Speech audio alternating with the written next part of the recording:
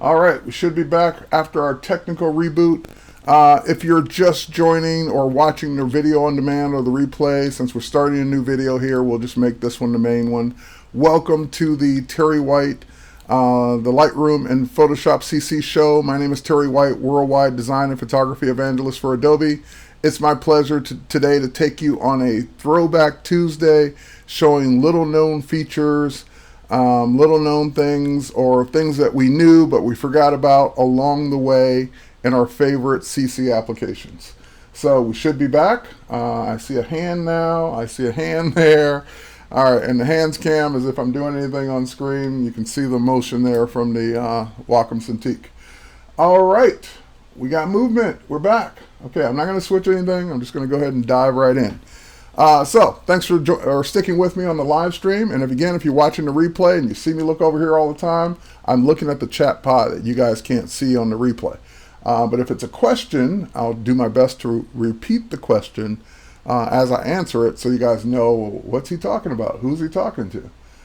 So the show is live on Tuesdays and Fridays, 10 a.m. Eastern Time at twitch.tv/Adobe, just like it says over there in the corner. All right, twitch.tv/Adobe. All right, let's dive in. So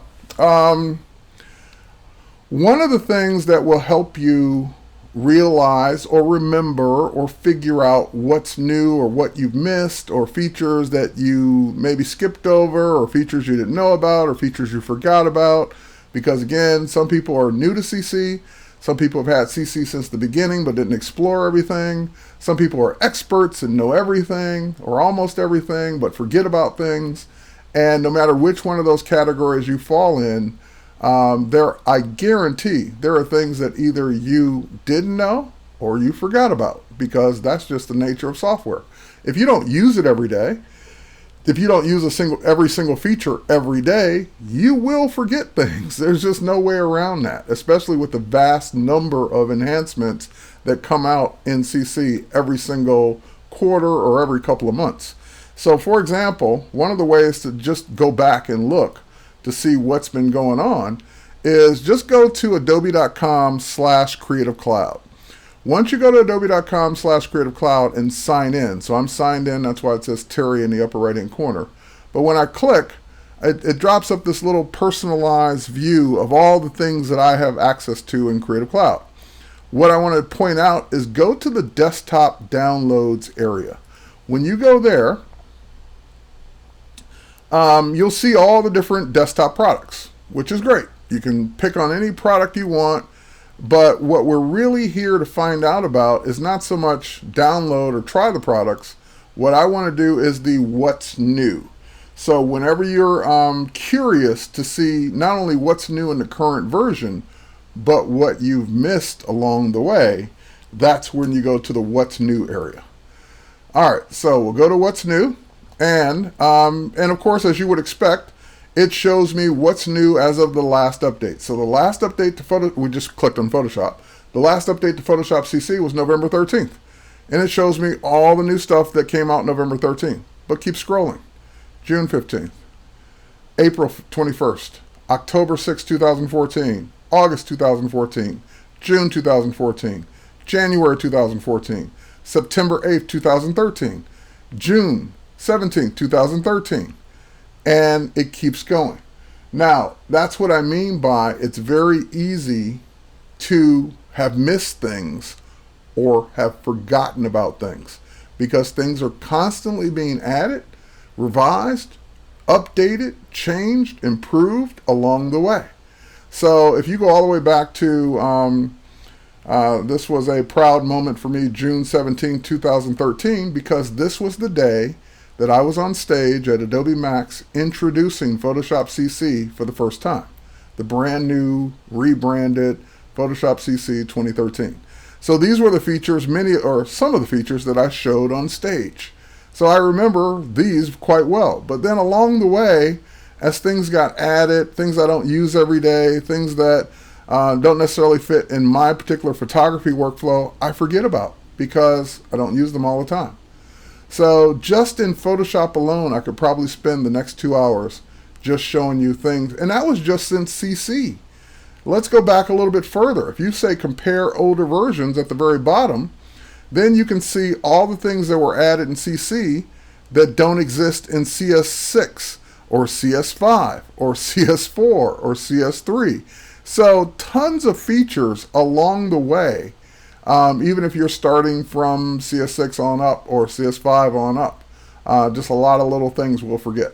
So that's the catalyst of what we're doing today. That's the gist of what we're covering today. And again, if you're ever in doubt of, hey, are they really updating this stuff? Then just go check for yourself. See the list that goes all the way back to the beginning of Creative Cloud. And you can see for every single product what's been added and when it was added. Now, remembering what's there is one thing. Remembering when it was added is a totally new thing, totally different thing. I don't hardly ever remember anymore. Let's see, that came out in the June update or the August update or the October update. That I can't keep track of anymore because it's just too many products with too many updates that I just can't keep track of when it came out. So if I can remember the feature, great, but don't quote me on the date. Go back and check the page if you really want to know when.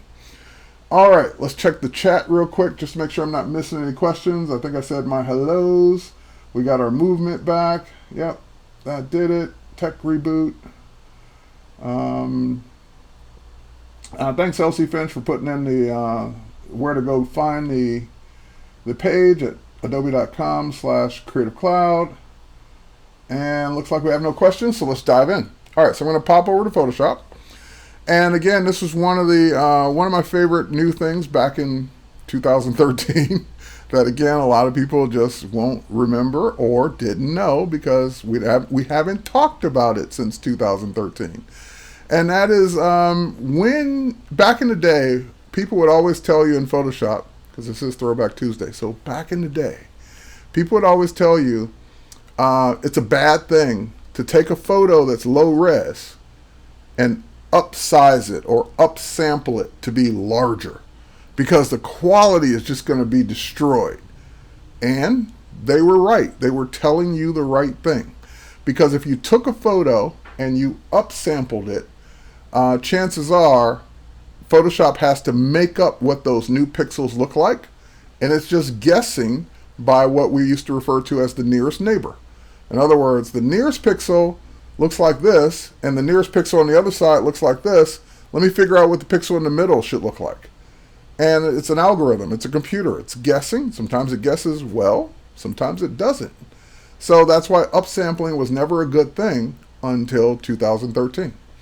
So for example, if I go to my image menu, I'm going to show, oh, by the way, let's duplicate this. Let's show you a before and after and two different ways to do it. So I'm going to right click on this layer and I'm going to say duplicate. And I'm going to duplicate it to a new document. So I can duplicate it to any one of the documents that's here. Let's duplicate it to a new document altogether. So that makes a new tab.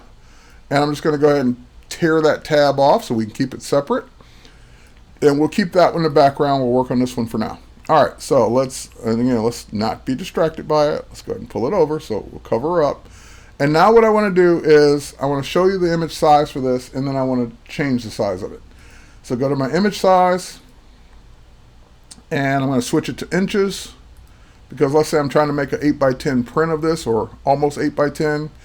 And right now it's only a 1 meg file. It's 72 pixels per inch. It's really too low res to make a good 8x10. It'll print it, it'll work, but it just wouldn't be as good if it were shot at a higher resolution or scanned at a higher resolution. And I used to make the joke on stage to anyone in the audience that either was a service provider or a printer or a Photoshop person, that you always have that client that says, "Do you guys make enlargements?" And you say, "Yeah, I can get an enlargement done." And then they want to say, "Great, okay, here's what I have," and they reach in their wallet and they pull out that little postage stamp photo and say, "I need this to be the size of a poster the size of the wall." And then you just cringe, because you know if that's the only image they have, it'll never look good that big. Now, there have been third-party plugins along the way that specialized in upsampling photos. And we love third-party plugins. Third-party plugins make our products better because they do things that we won't necessarily be doing, or won't necessarily be doing right away, or maybe not necessarily going as deep into. So that's why third-party plugins have always been great and have existed for years. But some things shouldn't require a third-party plugin, like upsampling. That shouldn't require you to go spend $99 just to make images larger. So that is something that we built in back in 2013. Now, for the best part of this is it's on automatic. You don't have to do anything. But I'm going to switch it back to the old way that it did it before 2013. I'm going to do the bicubic smoother. Let's see, is that the one I want? No, I want the bicubic. Yeah, I want this one. I want the old one. All right, let's now up it to 300. So we'll up it to 300 pixels per inch, and that will take that 1 meg file up to 20 megs. And it's like, oh my God, don't do it. It's going to be bad. And click OK. And there it is. And here's the thing. It did it. But again, this is where the quality issue comes in. It made it larger, but look at her eyes, look at her freckles, look at her teeth. They all start to get a little soft. They all start to get a little, I don't want to say blurry, but just not as sharp, not as detailed. Because those are what the old algorithms could do back in the day. So now let's move this one over. Let's take the other one, which is just a copy of it before we did anything. And we'll go to image, image size. And this time we'll use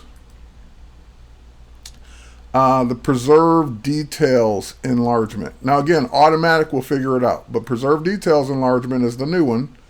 And let's go ahead and do 300 pixels per inch on that one as well.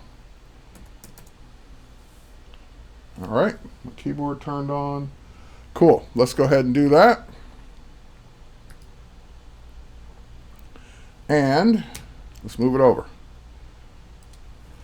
And again, it's a subtle difference. I'm not sure how much you'll see it on Twitch or on the stream or on YouTube or wherever you're watching this. But you'll notice that the eyes are a lot sharper. She's got a lot more freckle detail. She's just got a lot more detail in general. Look at the hair versus the hair over here where it's kind of soft, kind of losing some of that detail, where we're keeping that detail in her forehead. So if we zoom that back down and we zoom this one back down, we end up with a photo. You can really see it when they're zoomed down, actually. Look at her face here and look at her face here. Look at her hair and look at her hair. You can really see the difference, especially in the stuff that you were losing with the old upsampling method versus the new preserve details method. You can see it in the teeth and the detail. Awesome. The better one has the contrast and the highlights. Okay, the difference is visible. Great, glad you guys could see it. So that's, again, nothing you have to think about anymore, because now when you upsample, you just leave it on automatic. You don't have to say, okay, which one did Terry pick? Leave it on automatic and it will just do it, and it will do a better job. Not perfect by any means, but way better than it used to. And now that's actually a file I would print as an 8x10 and be happy with the results, versus this one where I'd do it if I had to. I don't have a choice, but look at how much I would have lost had I printed this one at 8x10 versus this one. So just, you'll see that sharpening throughout Photoshop. It's not just in image size. It's in the sharpen tool. It's in the sharpen filters. It's anywhere that sharpen exists in Photoshop. Now sharpen just does a better job. So that's one thing that you'll appreciate with the new, the old update to Photoshop, the 2013 update. All right, let's close these. Let's pick a new one. I'm going to show you one of my favorite features. Again, don't quote me on when this was added. I don't remember anymore. But one of my favorite features when this was added is I use Camera Raw all the time, but I use it in Lightroom. The developed module in Lightroom is Camera Raw. The problem, and probably the reason why I've always liked it in Photoshop, I'm sorry, in Lightroom more than Photoshop, is because in Photoshop, it took a little bit more effort. In other words, if you wanted to work in Camera Raw, you either had to have a RAW file that you opened up and it opened in RAW, or if you wanted to open an existing JPEG or something else in RAW, you'd have to close it first, choose File Open, find it, tell it to open in Camera Raw, and then open it in RAW. Or you could do it in Bridge. You could do all that. But it just took more work to get into RAW. If it were a layered file like this, then it was all or nothing. You either had to make it all your adjustments in Camera Raw to the whole thing, or don't make any. And then we introduced Camera Raw as a filter. And again, I think that was 2013 as well. I'm not even going to try and guess. But back in the day, we added Camera Raw as a filter. Now I use it all the time in Photoshop because I can use it on any layer of any existing file, and I can make it non-destructive as well by making a smart filter layer first. So let me check the chat real quick. All right, hello Moo Cowface, how's it going? And hello My Little Face. I don't know if you guys know each other. But anyway, let's go in and let's talk about this new capability.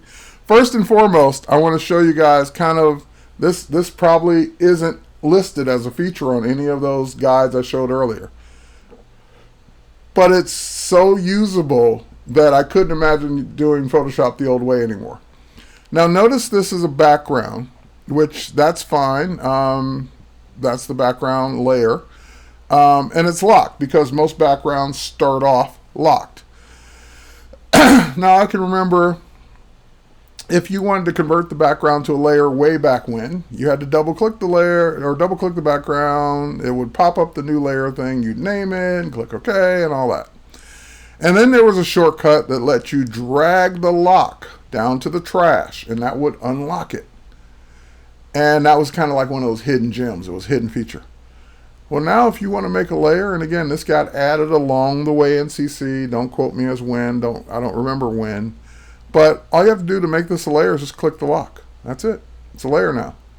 No more double clicking, dragging, jumping through hoops. It's a layer just by clicking the lock to unlock it, just like you would any other place. So, and I didn't need to unlock it for this. I just wanted to point that out.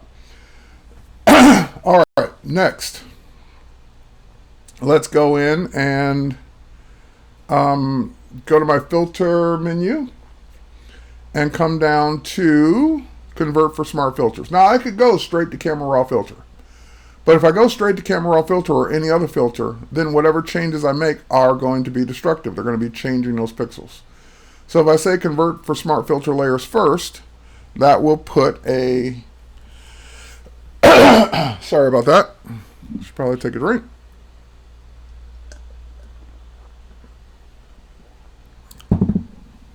That will put a smart object icon or a smart filter icon on the layer so you know it's been converted. Now whatever filters I run on it will be non-destructive. So for example, if I go to my filter menu now and come down to Camera Raw filter, it brings up that layer and only that layer. So it didn't bring up the text, didn't bring up that image, didn't bring up anything else but the layer I chose into Camera Raw. And you might be wondering, what are you going to do in Camera Raw on this layer? Well, if you haven't noticed, this layer is got a blue cast or blue tint to it. That's not the real color the way it's supposed to be. Now, if you are a traditional old school Photoshop user, then you probably are aware of curves and levels to make any color adjustments you want. And I respect your craft. I respect that you learned it that way, you know it that way, you're good at it that way, and that's awesome. Keep doing it whatever way you like best. I hate doing it that way. I've never been a fan of curves. I have been a fan of levels, but just never been a fan of either one for doing color correction. Because it's work. It just takes time to do it. So So any way that makes it easier or faster is I'm all in. And one of the ways that, again, I always talked about using Camera Raw inside of Lightroom instead, because the develop module is just easier. It's all sliders. That way, I've always adjusted my white balance using the white balance eyedropper. So why not do the same thing on any layer? Any layer that's got a bad color cast to it or just needs some adjustments, you can do it right here in Camera Raw, a lot easier. So instead of me having to figure out what sliders or what things or what curves or whatever to adjust in any one of those traditional panels, I just click the white balance eyedropper tool right up here at the top, and I look for something in the photo. If I don't have something like a gray card, I look for something in the photo that's probably or close to 18% gray. Now, you won't always have 18% gray or gray in your photo. But then in those cases, my next best choice would be something that should be black or should be white. Those would be the next closest things I would click on. But I'm guessing, and I could be wrong, but I'm guessing that the bottom of this tint is gray. It may not be 18% gray, but it's gray. Or it might be his shoe. Or it might be her pants, but I doubt it. It could be, or if not, her blouse is definitely should be white, even though it's got some blue in it. So I'm going to start here at the tint. If it doesn't work, I will just keep clicking on other things until it does. Now with one click right here on the bottom of the tint area, it color corrects it for me. It color corrects it in a big way, an easier, nicer way. And now that color correction has been applied to the entire layer without affecting anything else. And white balance is always subjective to the photographer or to the person's eye. Maybe it's too cool now. Maybe it's too warm now. Maybe you still don't like it even though it's correct or proper white balance. Well, that's why you still have a temperature slider to adjust it further. If you want to warm that photo up some more because they're kind of outside in the desert, well, warm that photo up some more. Make it a little warmer. That's up to you. You know, you don't have to say, well, Terry said click on this and don't do anything else. I didn't say don't do anything else. Do what you want. Make the photo look the way you want it to look. All right. So I warmed it up a little bit more because I wanted it a little warmer. Now, just because that's what I came in here to do, that doesn't mean that's where I have to stop. I don't have to just say, okay, I'm done with white balance. Don't look at anything else. Click OK.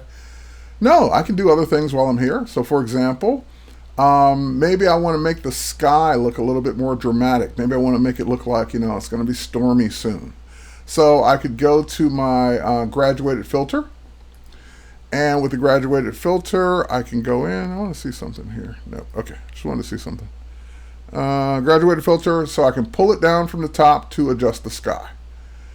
And what I do with the sky is up to me. So for example, it was on dehaze. That was the last thing I did. So it's kind of cool that I could dehaze the sky, which is kind of sweet. But I could also maybe lower the exposure a little bit, kind of make that sky a little bit bluer. I can also add a little clarity to it, make the clouds a little sharper. I can, of course, add some saturation to that area, make it nice and blue. But the problem with any one of these adjustments is because I pulled it down and now it's over him and it's over her, they're being affected by it too. It just may not be that noticeable, but they're being affected by it. So one of the things that got added later on, after the filter got added, one thing that got added later on is this brush feature. This is now it was first in Photoshop, in Camera Raw, but now it's also in Lightroom as well. So, and again, along the way it got added. So it wasn't in Lightroom or Photoshop at the beginning, and it got added to Photoshop, and then a few months later it got added to Lightroom.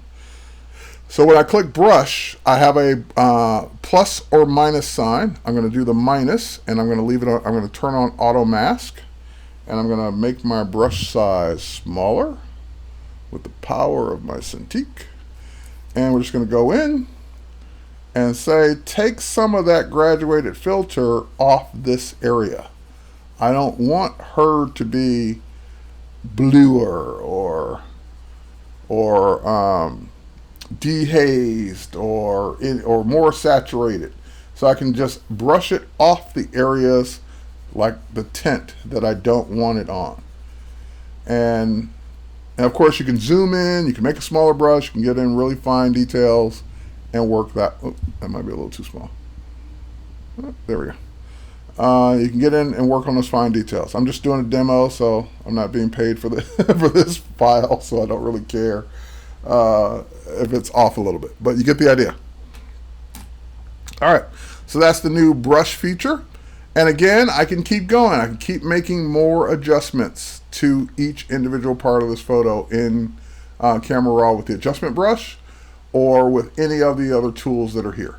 Once I am done, I click OK, and it renders that as a smart filter on that layer. So that adjustment is always readjustable or turn offable, disableable.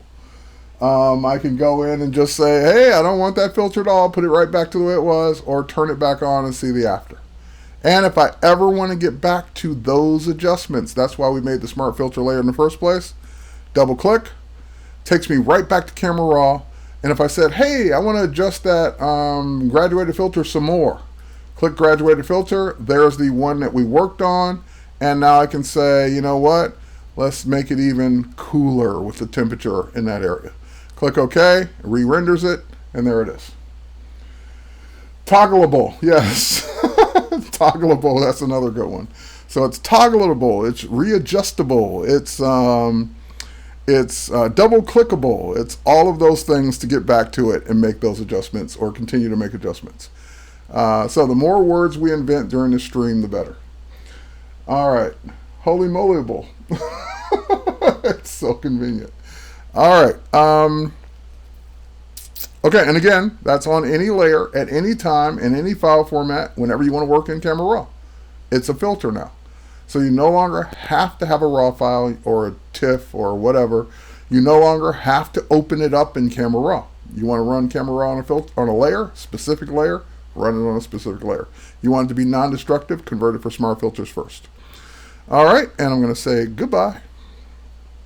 Waterfall. Ooh, did I close the wrong one? Yeah, I did close the wrong one. Sorry. Campsite is one I wanted. All right, some file we're not going to get to see anymore, unless it's in my recents here. No, we're not going to get to see. If I remember which one it is, we'll come back to it. Oh no, some file we're not going to see. Let's go to this one. Switch offable, switch onable. Yes. Very good. You guys are great at creating these terms. Okay. This is another one that improves upon a feature that was already there. So again, you may not even know about the original feature, let alone the improvement. So the story here behind this photo is this guy is leading them on their merry little hike, and he gets them lost. So he gets demoted to no longer being the leader.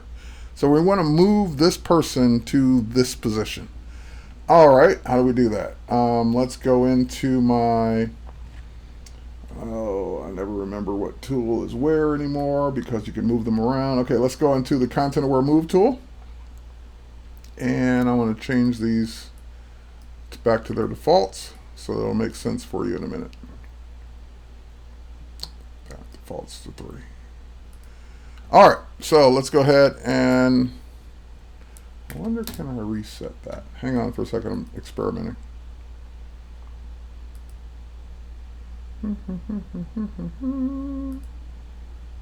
Okay, 4 is the default.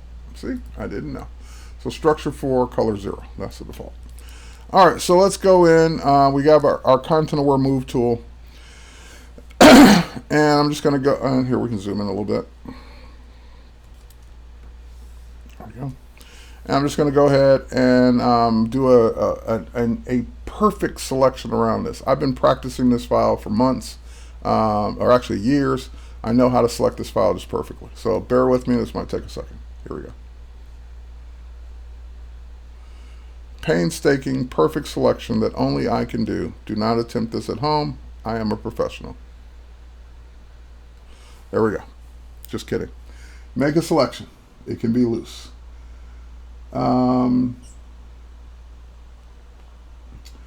So Wiz, I'm glad you're learning from this. Okay, so I made my not so careful selection, not so perfect selection. And that's the idea. It doesn't have to be perfect. Now, I hadn't really zoomed in this file before, but notice how this guy's like almost falling forward and this guy's leaning forward a little bit. That's not the way they really are. I think this was shot with like a wide angle or fisheye lens, so they're kind of curved in a little bit more than I think they really are. All right, so let's go ahead and pick this person up. And by the way, I don't know, for whatever reason, I always want to jump him over these guys. You can move him straight across. You don't have to jump over. He's not going to hurt these guys if you move him across. But keep in mind that he's on the background layer. I don't have an extra layer for him. I'm using the Content Aware Move tool, and I made a painstaking, not so careful selection around him. I probably picked up too much sky, too much blue, because now when I move him over here, look, he's obviously blue on top of those white clouds. But I will put him in position. And one of the things that's new is the transform on drop. I'll get to that in a minute. But I'm just going to go ahead and click OK. Now, the great thing is the Content Aware Move did the Content Aware fill really nice. So it filled in that area where I picked him up from, did a really good job. I could tweak it a little bit, but it did a really good job for the most part. The problem is where I moved him to, it did not do a good job. And that's typical when you don't make a good enough selection. If you're too close, it may not work. If you're too far away, like I am from the subject, it definitely won't work well. And especially if I'm picking them up from blue to blue, then it should be fine. But if I'm picking them up from blue to another color or white to another color, whatever it is, that's when we run into these issues. So the Photoshop team built in these two new settings up here, structure and color. And structure and color, while it's still selected, you can go in and continue to refine it to make a better Content Aware Move. So as long as you don't deselect it and say, oh no, that was wrong, then once you deselect, it's too late. While it's still selected, I can keep working. So for example, I think I had my structure on 7 when we came in here. I don't know why I had it on 7. But yeah, 7 did a good job because he had some grass or something that was being captured in his hair. So I moved it from the default of 4 up to 7. But where I really want to play around with is the color. Now I'm not gonna pull down a slider and change the color the way I just did for structure. What I want to do is I want to experiment with color. So just clicking on it, which selects it, using my up arrow key, I can change it one value at a time. So 1, no difference. 2, no different. 3, not really a difference.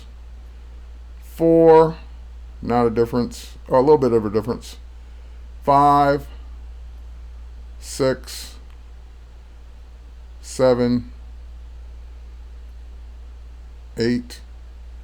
Ooh, we may be, okay, 9. I was going to say, we may run out of numbers, but 9 is where it really starts to adjust the color structure of that photo. And 9 is as high as oh, no, we can go to 10. Oh, cool. Okay, so it's 1 or 0 to 10 on that value to adjust how it affects the surrounding blending colors from one background to the next. Now, again, I can still see a little bit of blue where I might go in and make some fine-tune adjustments, but just playing around with color will help you out in your endeavors to match something, especially on a gradient, from one area of a photo or one photo to another. So just playing around with the numbers. Oops, sorry. And 9 or 10 seems to be about right. All right, now I can deselect, and then I can go in and kind of either clone that or what's my other tool here? Or patch that to blend it in a little bit better. So I tend to like the patch because the patch gives me a nice even transition. There we go. Patch that in, and of course I could clone it and zoom in and do a really good job. You guys get the idea. Ooh, that was bad. Undo. All right, but try those settings, and next time you do a Content Aware Move, to make your blending a little bit better. And also, just if I would have selected a little closer, it probably would have been a lot better to begin with. Okay. Yes, I stream on Twitch regularly, Tuesdays and Fridays, unless I'm on the road. And I'm on the road and I won't have a good connection, or I'll be on a plane. All right, so let's close that one. And let's go in. And there it is, Moto. Since we're on the subject of content aware move, there was a feature that was added to content aware move that I just ran into just then, besides the color and structure that I'll show now.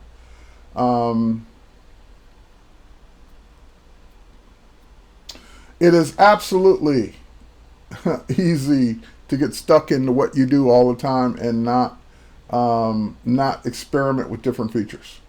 So I'm glad you're realizing that by watching the stream. And that was the whole point of this Throwback Tuesday and here's what typically happens even back in the Creative Suite days, when an update wouldn't come out for 2 years or 18 months. You are used to doing the same thing every day in Photoshop, Illustrator, InDesign, whatever. And then you get that brand new update with hundreds of new features. And you open it up, and you kind of look around, and you're looking for the things you already know how to do, and you keep doing those things. You rarely go in or have the time to go in and play with new things. Unless, you might play with that one new thing you were waiting for, or those 2 new things you were waiting for, but then there are dozens or hundreds of things you miss out on. So that's the point of today.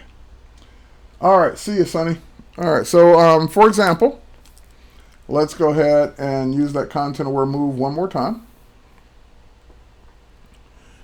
And now this will be a little easier because the sky is going to be the same color, just a maybe slightly different shade of it. Won't be as hard as the cloud. All right, so I want to pick this cyclist up. Now, keep in mind, he's not flying over the cloud. The cloud's way off in the background and much higher. But it looks like he's flying over the cloud, and we kind of don't want that. So I'm going to move him over to the left side. But there's a new option in Content Aware Move, this one right here, Transform on Drop, right at the top of the screen. That, if it's checked, gives you more options when you let go. If it's unchecked, then it works just the way Content Aware Move used to work. Hello, Israel. So what I want to do is I want to go ahead and pick this up, and I'm going to put him over here. But notice it didn't do anything yet because I have Transform on Drop. So it's saying you can do any more transformations right now before you say OK. So I want to make him, hold down my Shift key, make him a little smaller. I want to rotate him around a little bit. I could flip him, or if I hold down my Control button, I can flip him horizontal, flip him over. So I can do all those things before I say OK, because I've got Transform on Drop now. So I'll click OK. It will make my transformation, and because it remembered my old color settings, maybe don't need 9, but 7 will certainly make it look nice. And we'll just now deselect. And so, maybe I shouldn't have deselected. Hold on. Let's go back. Let's hide the selection so I can see what I'm doing there.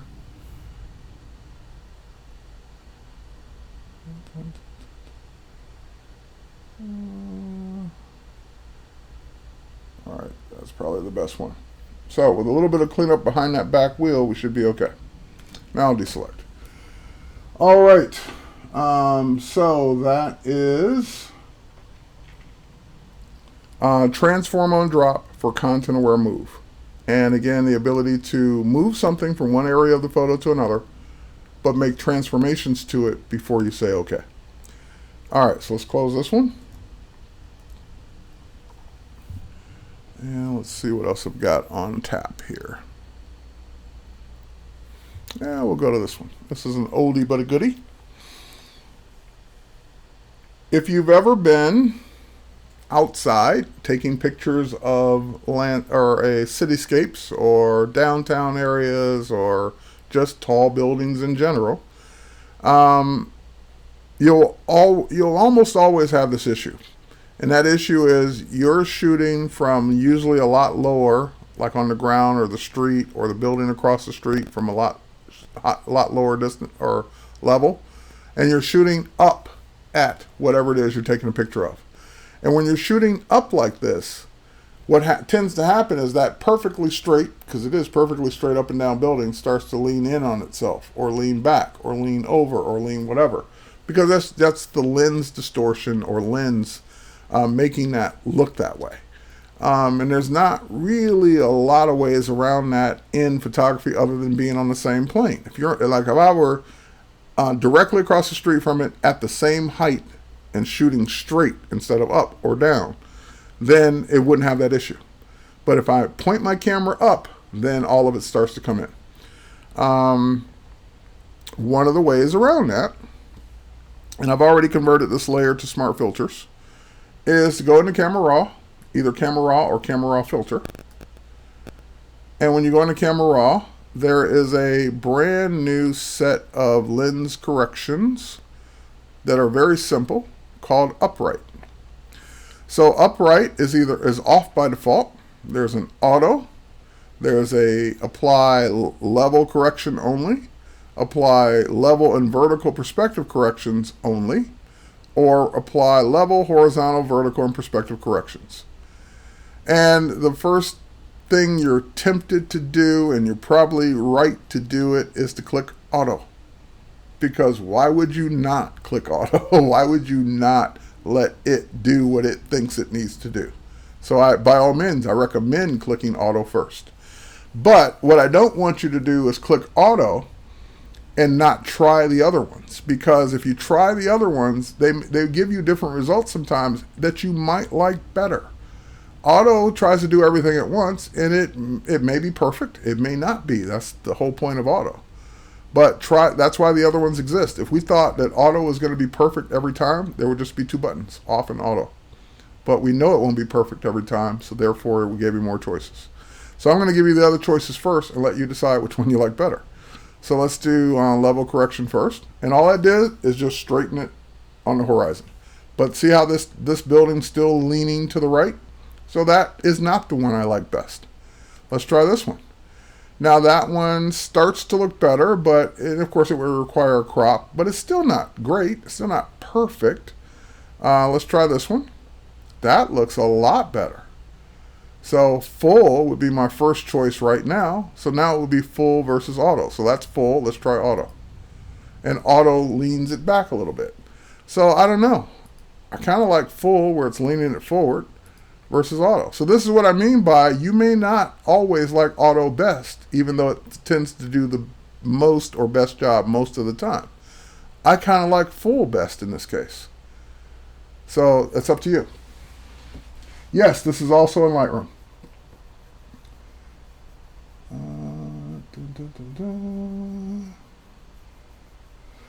All right. So let's go into, so again, pick whichever one looks best to you. But in my example, in this particular photo, I like full better. Now I'm going to give you an example of what happens when none of the buttons give you exactly what you want. So let's click OK.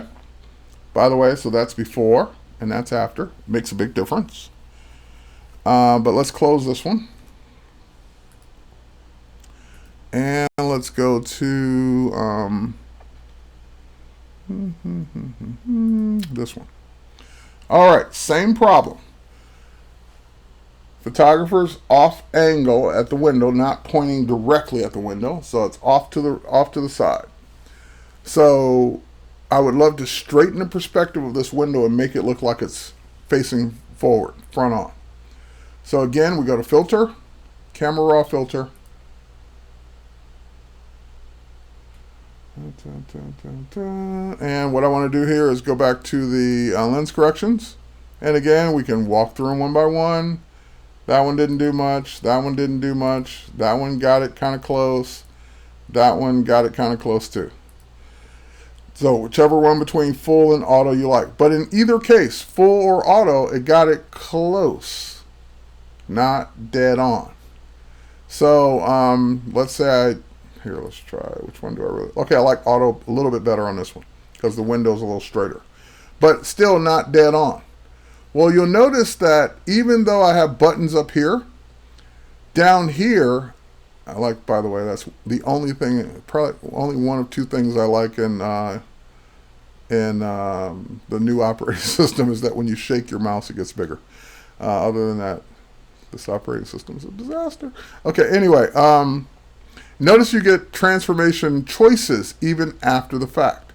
So if you don't like what the buttons did enough, you can still go down here and say, you know what, I wish that photographer could take 2 more steps over to the left, and then it would be better. So I could just go in and just turn it a little bit more horizontally to the left. Now it's almost dead on. I can show the grid, so I have something to align it to. So those are the kinds of things you can do even after the fact. Now I got that grid, and see, the problem is the window is not the same at the top and the bottom. So there's a little bit of distortion there. And let's see. And not a whole lot I can do about it. We can make it kind of funky that way. Maybe so. Yeah, it's not going to be perfect because the window's just not perfect from this photo. But we can certainly get a lot closer. Maybe something like that. And maybe if we rotate just a little bit. Yeah, you can't. You're going to sacrifice one or the other, the top or the bottom. So maybe we just concentrate on the sides. Make the sides as best we can. But in either case, you're going to end up, when you start messing around with it manually, you're going to end up with some white space, and that's okay, because you also have the ability to scale. We can scale it up just a little bit to crop it. So now we click OK, and we go from that to that.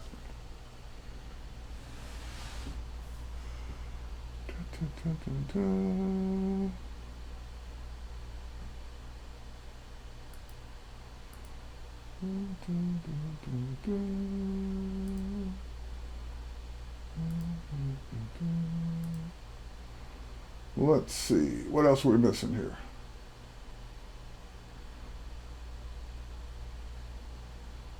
Hey, Michael Chase, how are you? Good afternoon in Paris. Glad you guys are learning a lot. Let's see, what else did I miss here? That's amazing. Never mind. No skew option in camera raw. Yeah, there's a little bit of a skew, but it wouldn't have made that big of a difference in this photo.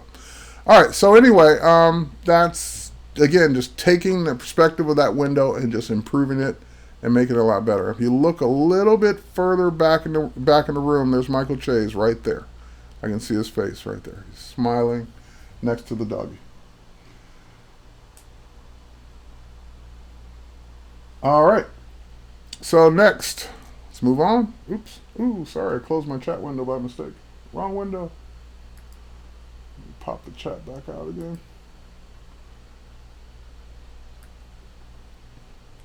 All right, moving on. And we'll close that. And let's see where we're going to go to next. Let's go to this one. All right, this photo could use a lot of things. Not to mention just exposure adjustments and shadow adjustments and all kinds of things going on in this photo. But the one thing that, besides all that, that's bothering me the most about this photo is we got this one person on a zip line, look like they're having a blast.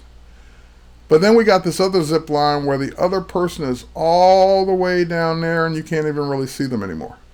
So now the second zip line has become more of a distraction because there is somebody on it, but somebody that we can't even see anymore because they're way down there.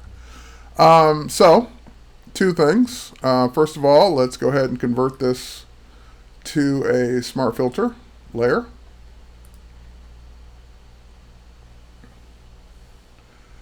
Yes, Michael's in the window with his dog. All right, next we'll go ahead, now that we got a smart filter layer, we'll take advantage of camera raw one more time. Filter, camera raw filter, because again, sliders are easier than any of the other adjustments that we've traditionally used in Photoshop. Easier than curves, easier than levels, easier than anything else, because it's all in one spot. So, and there are names that we understand. So for example, if I want to just increase the exposure of this photo, I increase the exposure of this photo. Just like that. If I want to bring the shadow detail up a little bit, I increase, or bring, oh my God, there's actually a person there. Looks like a woman now. I can bring the shadow detail up. If I want to bring up the vibrance and just make the trees a little greener and the sky a little greener and their clothes a little colorful, more colorful, I can do it. So now that I've done those things, those are kind of the things I wanted to adjust right off the bat to make the photo look better. But now let's get rid of that distraction in the line. When I first started showing this particular file, and I got to go into it to do it. Sorry for a sec. To get rid of this line, I got to drill down into the actual original.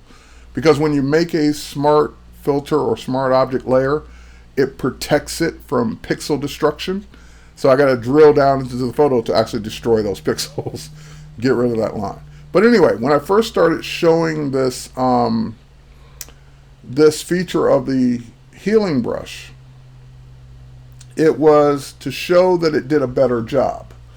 Now, not only, and again, updates later, not only does it do the same better job it did back in 2013, 2014, whatever it was, but it also does it faster because the healing brush and patch tool have been GPU accelerated. So let's go in and let's go ahead and just make this brush a little smaller, and it's going to go ahead and draw a nice almost straight line down that zip line. And we're going to get rid of this person here while we're at it. Alright, if you've ever used the healing brush before, you know when you do a big long or big area like this in the past, when you let go, you get a little spinny thing for a second while it calculates and while it does it. So again, one of the 2015 updates enhanced the speed of this. So it's not just more accurate, it's also a lot faster. So I haven't let go yet. I'm still holding my cursor down. But now I'm going to let go on the count of 3. 1, 2, 3. Let go. Hang on. Am I not moving anymore? Oh, I'm not moving anymore. But anyway, we'll let go. And there it is. So, instantly, it fixed that. Now, my camera, this camera's working. My other camera froze again. Let's see, move it back. There we are. Okay, we're back alive. All right. Yeah, I know. Dang. Yeah, so much faster now.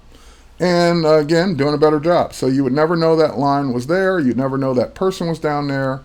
And now when I close this to get out of it and save it, it goes back to the lighter version of it because now we're back to the non-destructive part of it with that smart filter layer. So, what's going on? All right. Okay, so that's it for this photo. Now, what I want to do, let's take a quick. We're already past 1 hour. We're drilling down to the second hour. What I want to see from the chat is how many of you in the chat, and I know the video on demand won't show this, but I'll count them off. How many of you learned something in what I've shown in the first hour that you didn't know was in Photoshop? So type a 1 if you didn't know something, type a 2 if you forgot about something. So 1, I didn't know something and you showed me something new. 2, I knew that but I forgot about it. So let's see what you got. Type a 1, didn't know, type a 2, I knew but I forgot.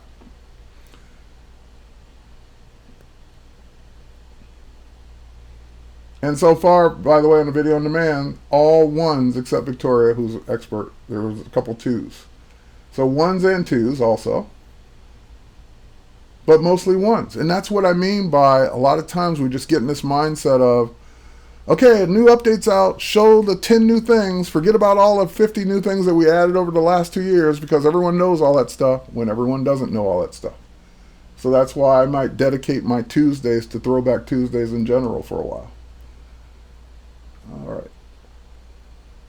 You just got here. Oh no. Well, you'll see the next hour then. Okay, cool. So I'm on track then, because the vast majority were ones, and some ones and twos, meaning they learned something new and there was something they had forgotten about. And then a few just twos only. All right, which means that they knew about it but had forgotten about it. Well, cool. I'm glad my videos helped you get on the Dean's list. That's awesome. I should screenshot that. If only I could get a cut of your tuition. No, just kidding. All right, cool. All right, so let's move on. Go back to this, and yes, I know. Let's close that, and don't save. All right, next. What else is going to be fun here? Let's go in. Well, we got to do this. You know, this image keeps popping up because it's the default image of all the ones I had open as the first one. So let's take care of this one. This is actually shot by a friend of mine, one of my colleagues, Julianne Cost. So this is not my photo, but it's a perfect photo to demonstrate this feature. Now, in order to get a shot like this, for those of you who are not photographers, you absolutely have to have a tripod. There's no way to shoot this handheld, because you can't hold your camera, your physical human body can't hold your camera steady enough, long enough, while the shutter's open to get a perfect exposure more than a second. So if you hold it more than a second while the shutter's open, you have moved it ever so slightly, and the whole photo is going to be blurry. So Julianne Cost set a tripod up in this waterfall in the water, and did a long exposure. And what the long exposure does is it makes the water look really soft and silky and almost like a blanket coming down the waterfall. We love waterfalls that look like that. But the problem is it's in the water. So as the water's hitting the tripod, even for just that one split second, it shakes the camera just a little bit, so that not only is the water nice and soft, but also this rock has got a little blur to it, because the camera shook while the shutter might have only been open for a second or 2 seconds. And all it would take is a microsecond of that shaking to make the rest of the photo blurry too. So this isn't something that happens every day. But if you have that magical, otherwise perfect photo, but it's a little blurry because the camera shook, or it was low light and the camera shook, then there's a technology that's built into Photoshop called shake reduction that can help you out. So what we want to do is, yep, long enough and it starts to look like fog. Exactly. Let's go to the filter menu. Let's go to sharpen, and let's go to shake reduction. So in shake reduction, now shake reduction, well, I just opened it up. I didn't do anything. It will do an analysis. It will look at part of the photo, and it will try and find where the camera moved and show you the direction of the movement. It did all that automatically. I didn't tell it to do anything else. So what that means is it will look for movement, and if it can find it, it will fix it. Now, there's 2 types of movement. One it fixes and one it doesn't. This is camera shake reduction. If you're taking a picture of a kid and that kid's bouncing up and down, or you tell them to freeze and smile and then they move a little bit, it can't fix that. It can't fix the subject moving. It's only for the camera moving. But I can show you some differences here. If I can remember what key to hold down. Let's see. Here we go. So, I'm going to zoom into this area. This is before. That's what it looked like. I'm holding down my mouse button in the detail area. And when I let go, this is after. That's what shake reduction did. It sharpened that up to make that look sharper in the areas where the photo shook. That is shake reduction. Now, I'll point out some other things about this filter. You can that box that came up, this little box in the middle of the screen, is the area that it's analyzing. So if you don't like the results, you kind of say, well, I wonder if it would analyze it in a different spot. Would I get a better result? You can pick that up and just move it. So for example, or actually, it would help if I did it on the right one. No, delete. There we go. Pick that up and move it. And it will reanalyze the photo based on that spot. So you will still get, and see, to me, that did a worse job. It's not as sharp as it was. So it was better off if I'd have left it where it guessed. Yeah, see, that's a little sharper than what it was. Now, you can also have it analyze more than one region at a time. So I can say, well, while you're looking at that, look over here too. So it can use both regions to try and detect movement and do a better job. Now, that may not do a better job. It may do a fantastically better job. It may not make any difference at all. It's up to you to try different regions and see. I would say probably no more than 2 regions, because after 2 regions, you're really not going to make that much of a difference. Enough of a difference where you'd notice it. And plus, every time you add a region, when you click OK, that takes more processing time to render that shake reduction out. So again, just play with the region, click on it. You can make it bigger. You can expand the region out and say, analyze that now. That's the part that's really moving. And see, to me, that still didn't make it as good as it was when it was down here. So play around with it. Yeah, see, that's better. Doesn't have the haze on it anymore, or the artifacts around the edges. Now, I could click OK and let it render, but then it's gonna take time to render. Or I guess I could click OK, let it render. Oh, it's done, because it now takes advantage of the GPU.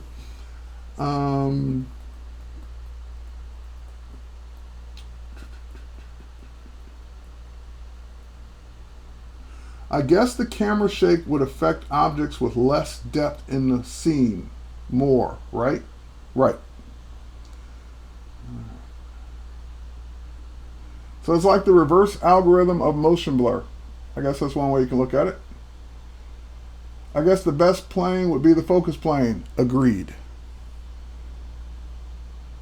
All right. Okay. So, and just so you know, when I used to run this back in 2013 on this very image, when I clicked OK, especially with 2 regions, there'd be a progress bar. I'd be waiting. I'd be talking to you while we're waiting for that to render. Because Creative Cloud keeps getting updated, they keep enhancing things and taking advantage of more GPU and graphics processors, that was instant now. I didn't have to wait. So I hadn't run this probably in over a year. And now it's great to see that there's no progress bar anymore. At least on this image. So go back and try things that you used to try to see if they're any faster now. All right. So I'm going to show you one more example of this that we've had that shows it off even better, especially for amateur photographers, because we've all had the shaky flower photo. Where you walk up on a flower and you're like, oh, cool flower, click, and you're moving left and right, and you get an image like this. And I'll be honest,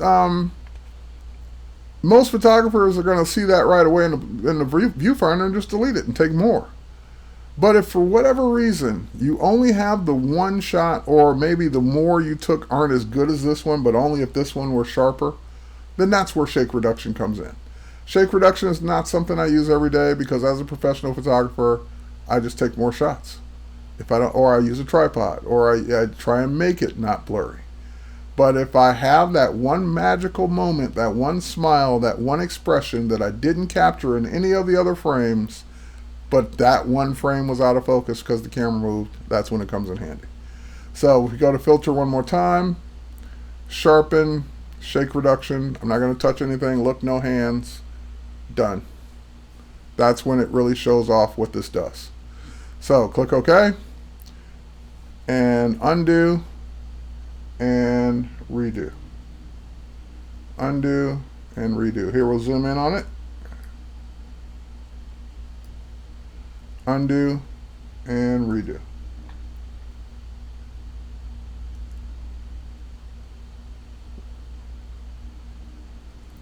All right, so that is camera shake reduction on Throwback Tuesday, a feature that was introduced way back in 2013 and was part of Mac's Sneaks back in 2012.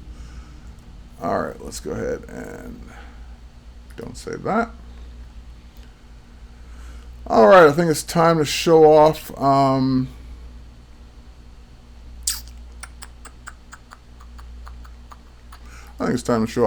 one. I kind of like this image. And I'm going to go to View and hide guides for now. Okay, since Photoshop is often used for compositing images, a lot of times the image that you're trying to composite doesn't quite line up, isn't quite exactly what you need it to be for the scene you're putting it in, as in the train here flying off the tracks. It's not so much that the train is flying off the tracks as much as it is the train is not in a proper, perfect perspective to line up with those tracks. So, the sneak was awesome. So we can use something called perspective warp to change the perspective of different areas of our photo. So let me see if I'm on the right one. I am. And again, these layers were already converted to smart filter layers, or smart objects, so we don't have to worry about being destructive here. It's just landing on the tracks is all. Yeah, it is. That's a cool thing, but we kind of need to have it all the way landed. So let's go to our filter. We're on the right layer. Let's make sure we're on the right layer. So that's the train number 1 and train number 2. And train number 2 is like off the rails as well. It should be on the other side of that. Yeah, it's just not looking good. All right, so let's go ahead and take train number 1. Go up to my edit menu and we'll do perspective warp.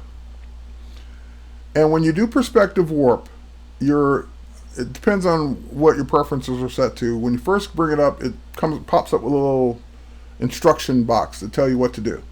I think I've disabled that because once I knew what to do, I didn't need the instructions anymore. But it's 2 modes that it's going to be in. It's going to be in layout, and it's going to be in layout or warp. I'm in layout because that's where you start. So I start the layout with, okay, I have to tell Photoshop what the current perspective of this train is. So I'm going to do it down the side of the train and across the front of the train. So I'll do it down the side first. So we'll just go ahead and drag that out, and it's saying, well, Terry, that's not down the side. That is just a big rectangle flat on the image. And you're right, because we haven't taught it the perspective yet. So to tell it the front, I'm just going to come over here to the front of the train. I'm going to kind of line it up. And what will happen is when they get close to each other, you'll get that, what I call lightsaber effect.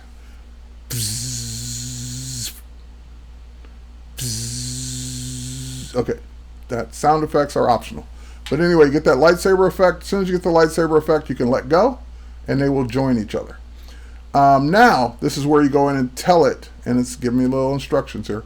It's where you go in and tell it, okay, yeah, no, that's not the current perspective, this is. So I'm now teaching it because Photoshop just sees a flat canvas of pixels. It doesn't know anything about perspective. It doesn't know that that's a train. It doesn't know the perspective of the train. It just knows that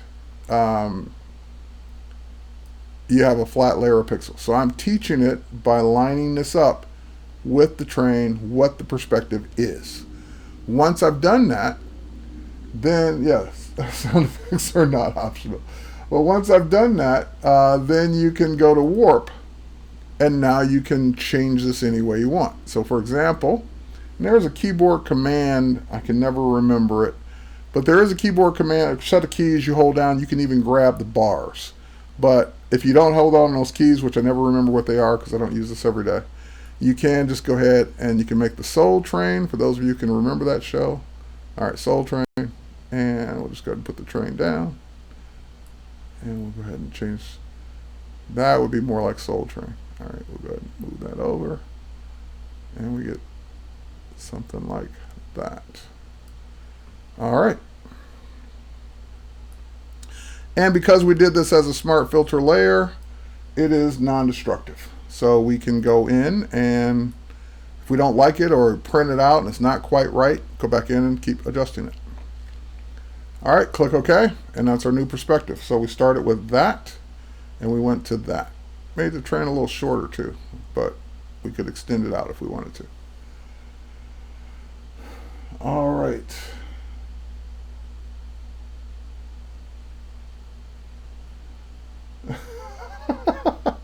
Someone even remembers the lyrics. Okay, so same thing. If I wanted to do the train down on the bottom track, just select that layer, edit, perspective warp. Same kind of deal here where I got to draw out a grid that's going to be down the side, draw out another grid that's going to be the back, and then adjust it accordingly. That's the back of the train. That's the front of the train. It's kind of going down that hill a little. Kind of line that back a little bit more. Maybe something like that.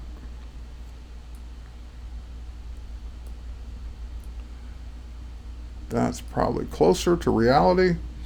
And we go to warp, and then we can pick that up, move it over, pick that up, move it over, and put that where it needs to be on that track as well. Click OK, and you've got your nice perspective warp. All right, so that's the perspective warp. Okay, so one thing that I will, I'm reading some of the comments. Hang on for a second. All right, well, one thing I will point out about perspective warp is, like many of you, you might have seen it first time even on this particular file, because this is the file we used to show it on a lot. And when I first saw it on this file, I thought, okay, well, if I'm ever in a situation where I'm trying to composite two images and the perspective's not right, got it. I'll know what to do. But then I realized that perspective warp is not just for compositing two images that weren't taken at the same time. You can use perspective warp just on a single layer to change the perspective of how it looks in that layer. So you don't have to have a second image and a second layer that you're trying to composite to make it line up. You can just change perspective warp. If, for example, like when we were leaning the building over, if I didn't like the way that was working with the auto corrections in Camera Raw, I could use perspective warp to fix it. So let's go do that. Let's go find that building again. And let's see, it's going to be in here. It's going to be in here, and it's going to be in here. All right, single layer, not trying to composite anything. I just want to do my perspective manually. That's what perspective warp is for. So I can go in, edit, perspective warp, even on a single layer that has nothing to do with trying to composite. Draw out my grid, because again, you have to have a grid. And then I can say, okay, now I can teach Photoshop what the current perspective is. Well, that building's kind of leaned over that way and more like that. And this building's kind of leaned over this way, kind of like that. And now that it knows the perspective of the way my image is leaning in on itself, I can go to warp and I can change it. I can go in and manually straighten up these buildings to look the way I want them to look. Now, of course, I'll have to crop it when I'm done, but you can just use this on a single layer all day long and adjust your perspective of whatever it is you're trying to do. So it's not just for compositing two images together. All right, so click OK. And again, that's just my manual way of doing it. Now, of course, I need to crop this out or expand it out either way. So I could go into my crop tool, which gives me, again, a way to show something that's been there for a while, but most people probably forgotten about. And that is number one, when you are in the crop tool now, you have the option of deleting the pixels or not. So even your crop is non-destructive now. So if I say don't delete the pixels, and I save this as a Photoshop file with all the layers and everything, those pixels are still there. I can always uncrop. So I can come in and say, just bring this over a little bit, bring that over a little bit, maybe bring it down a little bit. Click OK. It will do its thing. It's done. Perspective warp is still there. Ooh, I didn't crop it from the bottom. Oh, I forgot to crop from the bottom. So go back to the crop tool, click, and look, everything's still there. So crop it up from the bottom a little bit. Click OK. And it does it. So your crop is non-destructive, even if you're not working with Smart Filter layers. As long as you save the file. How did you never notice that checkbox before? I know, that's why we're doing a Throwback Tuesday. Does it preserve, does previous version of Photoshop have this feature? Well, previous version that can mean a lot of things in today's CC world. Previous version of Photoshop, what? CC? CS6? Last year? Last month? What do you mean by previous version? All right. So that's perspective warp on more than just compositing, and the don't delete your crop pixels when you crop unless you want to. All right.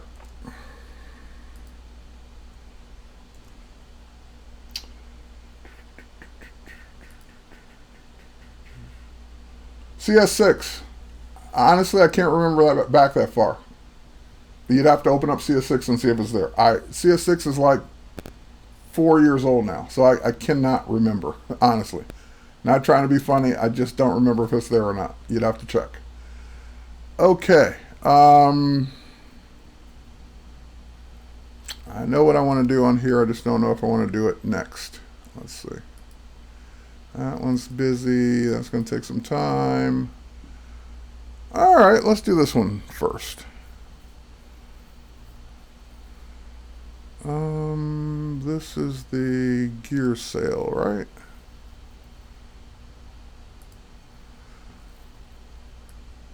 Alright, let's go to type.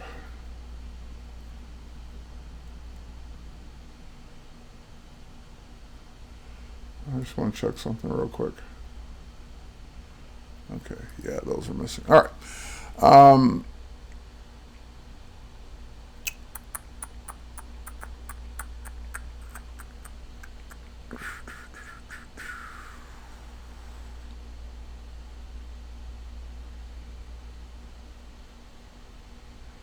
I'm just looking for the layer that I want to work on. It's been a while since I've worked on this. It's a shape layer, but I don't know the name of it. Oh, that's it, Sailbox. Okay. So two things, since I did bring up the fact about the name. If you have dozens, hundreds, layers, like just a ton of layers. Ever since the naming of layers was a thing, we've always told you to name your layers. Name your layers, it'll be a lot easier. That way you can know which layer's which. So I was looking for this layer Sailbox, I just didn't remember what the name was, but that kind of clued me in that that's the box I'm looking for. But let's say it was buried in layer groups, buried. You have the ability to filter or search on kind as well as name. So if I put it on name and I type in sail box, it'll find it. So I don't have to always scroll and uncover and turn the triangles down and look for specific things. If I did name them and I remember what the name is, or if I would have just typed in box, at least it would have found it because I knew it was a box. So name your layers and it will pay off now, because now you can search the layer panel for layers. It's another one of those Throwback Tuesday kind of things that's been there for a long time. All right, so I got this box, and now that I got the box, what I want to bring up is the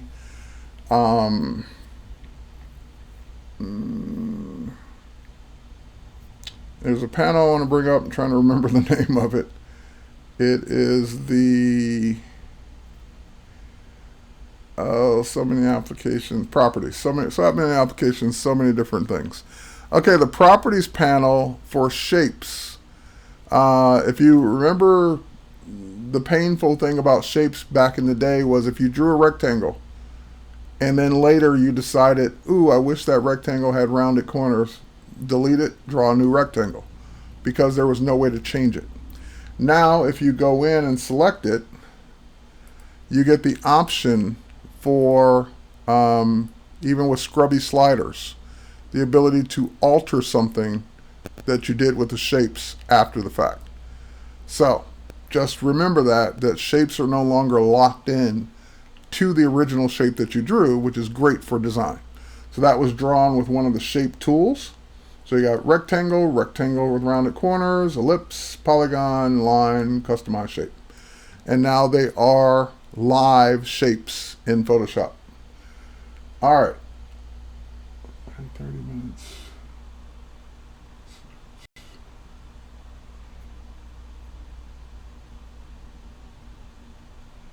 Ooh, a special Marvel adventure coming up in 30 minutes. So if you're watching the replay, go check out twitch.tv/Adobe for they're doing a three folks are doing a Marvel adventure broadcast after mine. Mine ends in 30 minutes.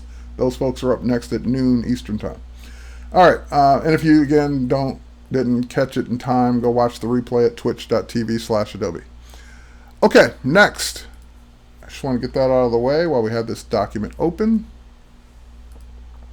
I saw someone in the comments ask about cutting things out. There are lots of ways to cut things out. It will always depend on the image itself. I'm going to show you one of the new ways that is often overlooked, though. So when you say what's the best way to cut out an image, I'd have to see the image first. It's just, what's the best way to build a house? Well, what kind of house you're trying to build? It just depends on what you're trying to do and what the image looks like. Images that have a lot of hair, usually the refine edge is going to be the best way to do it. Images on a complicated background, there is no magic solution for that. If this guy was wearing a blue jacket on a blue background, yeah, it's going to be hard. So don't look for the computer can figure out things that no one else can figure out. No, sometimes it can't. So sometimes it's easy, sometimes it's not too hard, sometimes it's hard. Sometimes it requires a lot of manual work, sometimes it doesn't. It just will depend on the image. All right. I always love it when I shoot photos on a white background and then I cut them out in Photoshop and show ways to cut them out. And people are, you're cheating. That's on a white background. That's easy. Yeah, I know. That's why I shot it on a white background, so it would be easy. I don't like to make it hard if I can avoid it. So just remember, make your life easier if you're a photographer thinking about what that photo might be used for later. It's okay to shoot again against a complicated background if that's what you're going to keep it on, but if you're going to cut it out or mask it later, make your life easier. Shoot on a white background. And I know there's some of you that don't have that choice because you're not the photographer. You're getting stuff in from other people. There's no magic solution. Either it's easy, somewhat difficult, or very difficult. It will always depend on the image and the quality of the image. But all I can do is show you the various ways to do it and let you decide which one is easier for your image. So let's double click on this one here. Now in this case, I've got a scenario I want to create. We've got Jesse, who's got hair, and we've got him on again, this would be the moderately hard to select. It's not difficult. It's not easy because it's not a white background, but it's in that probably second category. But I want to cut them out, and here's why. Because I want to put this text behind his head, but in front of the buildings. So all I did was, if you look at my layers, which, can you see my layers? Yeah, you can see my layers. All I did was I duplicated the background and named it Jesse, and I turned it off. So the type's in the middle. Jesse again is on top without being cut out. So there's Jesse again. So now we're on that top layer. And again, there are lots of ways to do this. Some might start with a selection tool. Some might start with a pen tool. Some might start with, again, it depends on what you're used to doing. I'm going to show you a new way that was introduced, I want to say 2014 maybe? I don't remember. 2014 that is called Focus Select or Focus Area Select. So I'm going to go ahead and choose that top layer again that does not have Jesse cut out. And I'm just going to go in to my filter or my select menu, not my filter menu. And I'm going to come down to Focus Area. Focus Area, again, is something that most people would overlook because it kind of got snuck into the select menu. And what this does, and let me cancel, because I didn't explain what it's doing first. Jesse's standing there, and the photographer photographed this with what's called a shallow depth of field. Whenever you have your subject in focus and the background out of focus, that's easily done with the right lens and the right cameras. Any camera can do it with the right lens. So you get that shallow depth of field. Now Photoshop's smart enough to look for that. So if we go to the filter menu or select menu, keep wanting it to be in the filter menu. Select menu, focus area, that will look for what's in focus. And it selects it. So it didn't do it perfectly because whatever's red is not selected. So his vest or jacket here is not selected. It didn't do it right.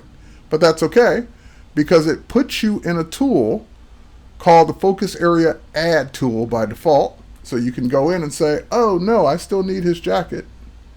Let's go ahead and paint that in, and it will recalculate the mask. And you can say, oh, that little part over here of his sweater being cut off, hold down my Option key and add that back in. Hang on. Or actually, no, I want to not add it back in, I want to take it out. There we go. Now, that's great for defining Jesse.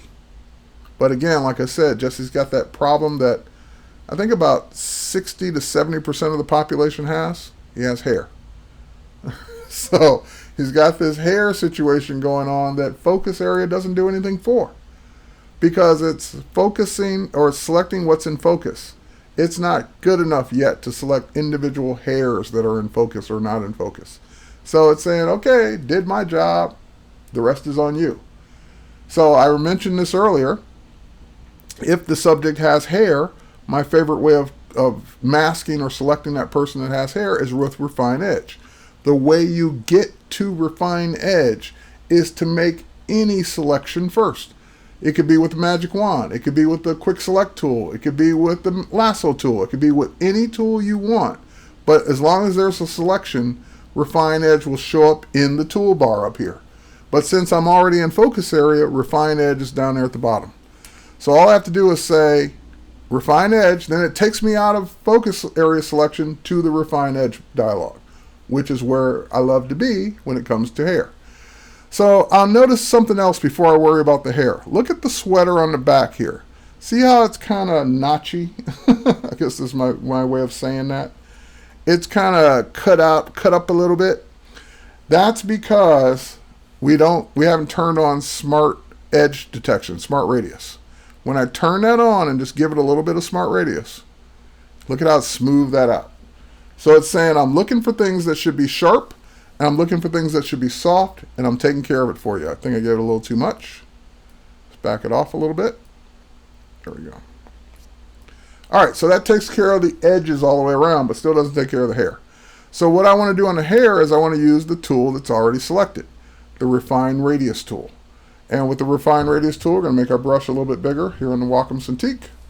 And we're just going to go in and we're going to say, hey, I want you to redefine the hair area based on that plus sign, which is the background. So I want you to redefine all of this, make this all better based on that background. And go in a little bit more right there, and go in a little bit more right there.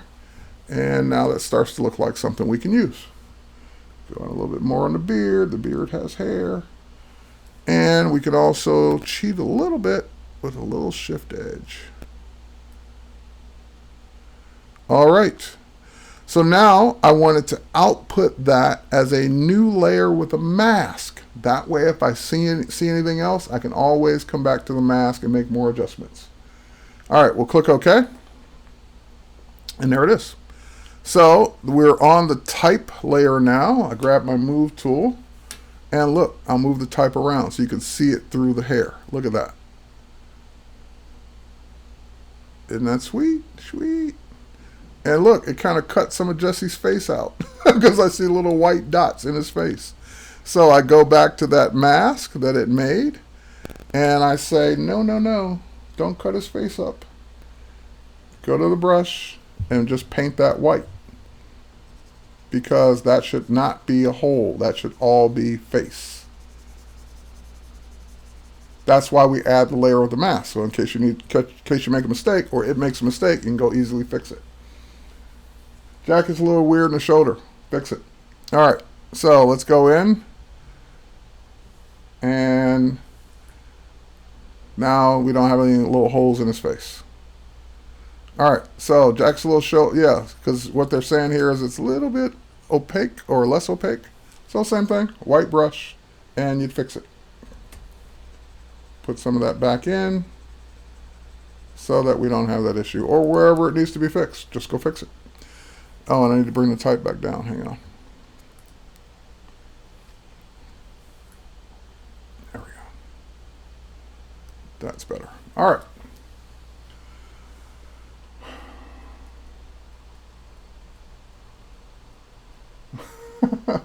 Hey, Molten Ink, what's up?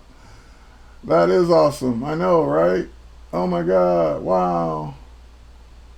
Would a robe be overkill? It would be. Okay, so again, that's just one way to cut someone out of a background. There's about 50 others. But the focus area select has the unique ability to do it based on the focus area, which I'm noticing something right here. Hang on a minute.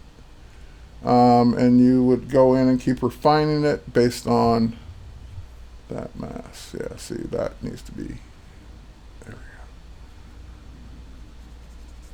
But it's great that we have that mask to keep working and clean up any mistakes that it made, because it is a computer algorithm. Computer algorithms sometimes get things perfect, sometimes they don't. All right, so now I could close that and update that smart, that embedded, what are we calling that now? When we do a place, that embedded link, I could update that, but I'm not going to. And is there anything else I wanted to show here? Not really. Let's go to the other one.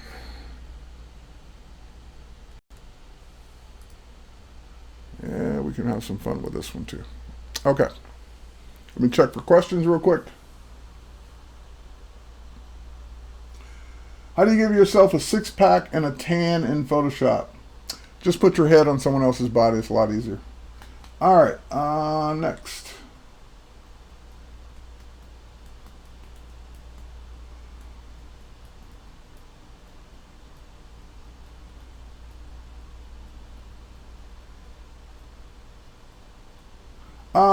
Do you need a lens with a certain f-stop or f-lens to create such a perfect result, or does it work even if the background is just not such blurred? Well, the background needs to be out of focus for it to work, because it needs to distinguish between something in focus and something not out of focus. The more the subject is in focus and the background's in focus, it's going to have a harder time. So maybe that answers the question about the lens. So you got to have the background out of focus for it to work at all or to work well. All right.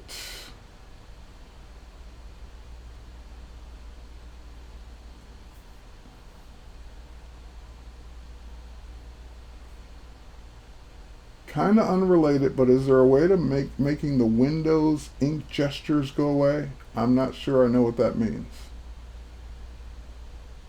All right, someone's answering that. Okay, anyway, back to our story, back to what we were working on. So this is a fun one. This poster introduces a few features that have been around for a while. Let's start with spin blur. All right, let's zoom in on this area down here.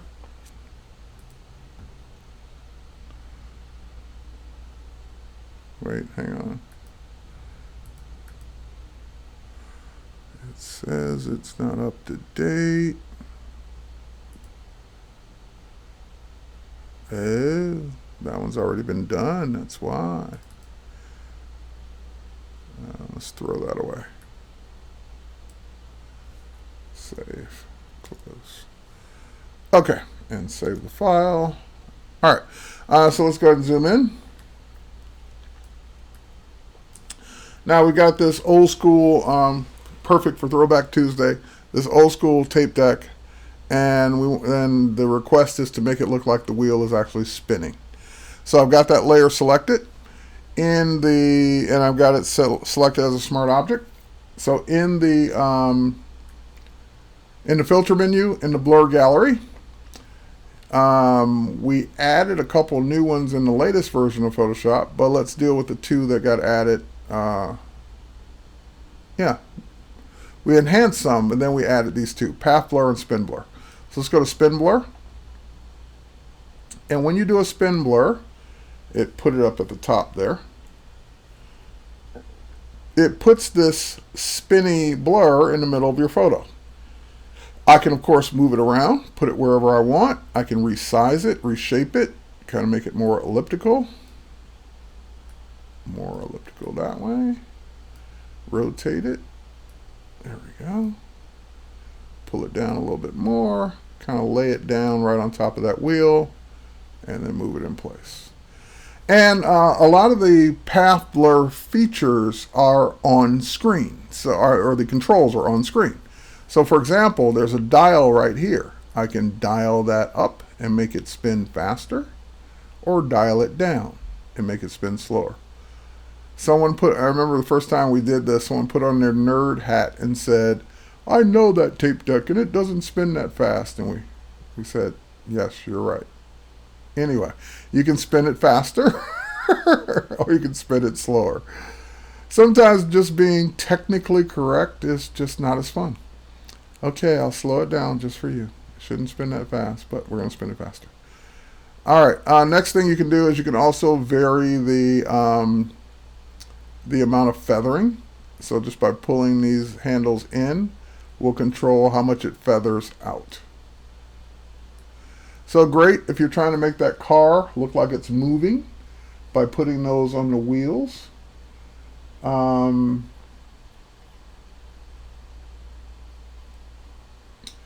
right, I'll spin you around.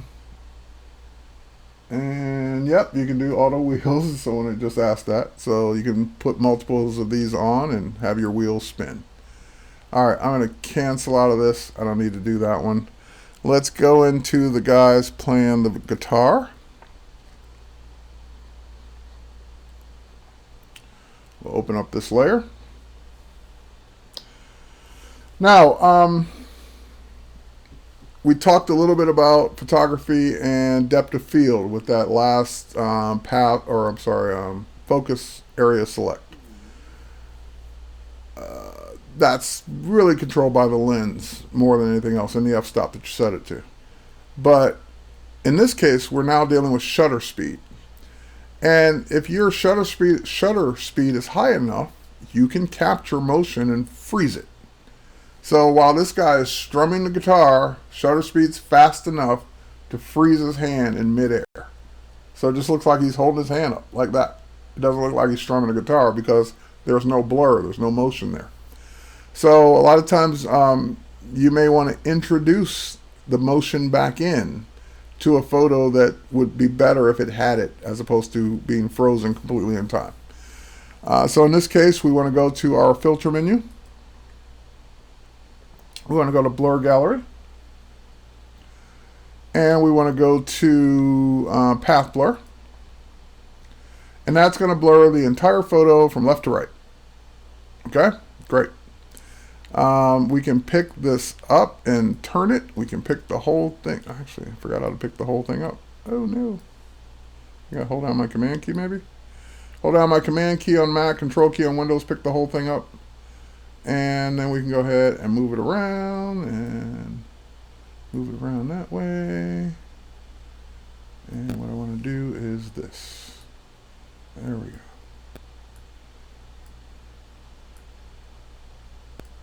So I'm just trying to get that curved, blurry motion from the guitar to his hand. I'm not worried about the rest of the photo. I know the rest of the photo is messed up.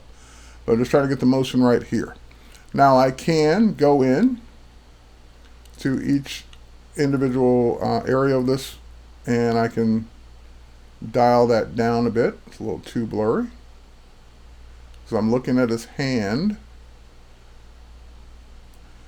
And over here, unless he was rocking up and down, which he probably isn't, we probably don't need so much right there.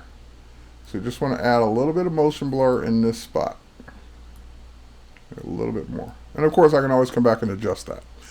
Alright, so now obviously that's still applying the blur to everything. There's no masking, there's no saying only apply it to this area, but what you can do is you can apply another one. So let's go here to here. And on that one, I can, if I remember my keyboard shortcuts correctly, I can hold down my command key on Mac, control key on Windows, and turn it off. So basically I just added one that has zero effect to counteract all the other area that was being affected by the one. So his face is still affected a little bit. So I can add another one here. And command click Mac, control click Windows to turn it off over here. So it's basically affecting regions of the photo. You don't have any control over how much, but you can counteract it with ones that don't do anything. So that's one way to add motion blur to part of a photo. And again, we can move this around, we can do whatever we want without affecting the rest of the photo. Now I wonder, I want to try something here. Let's do this.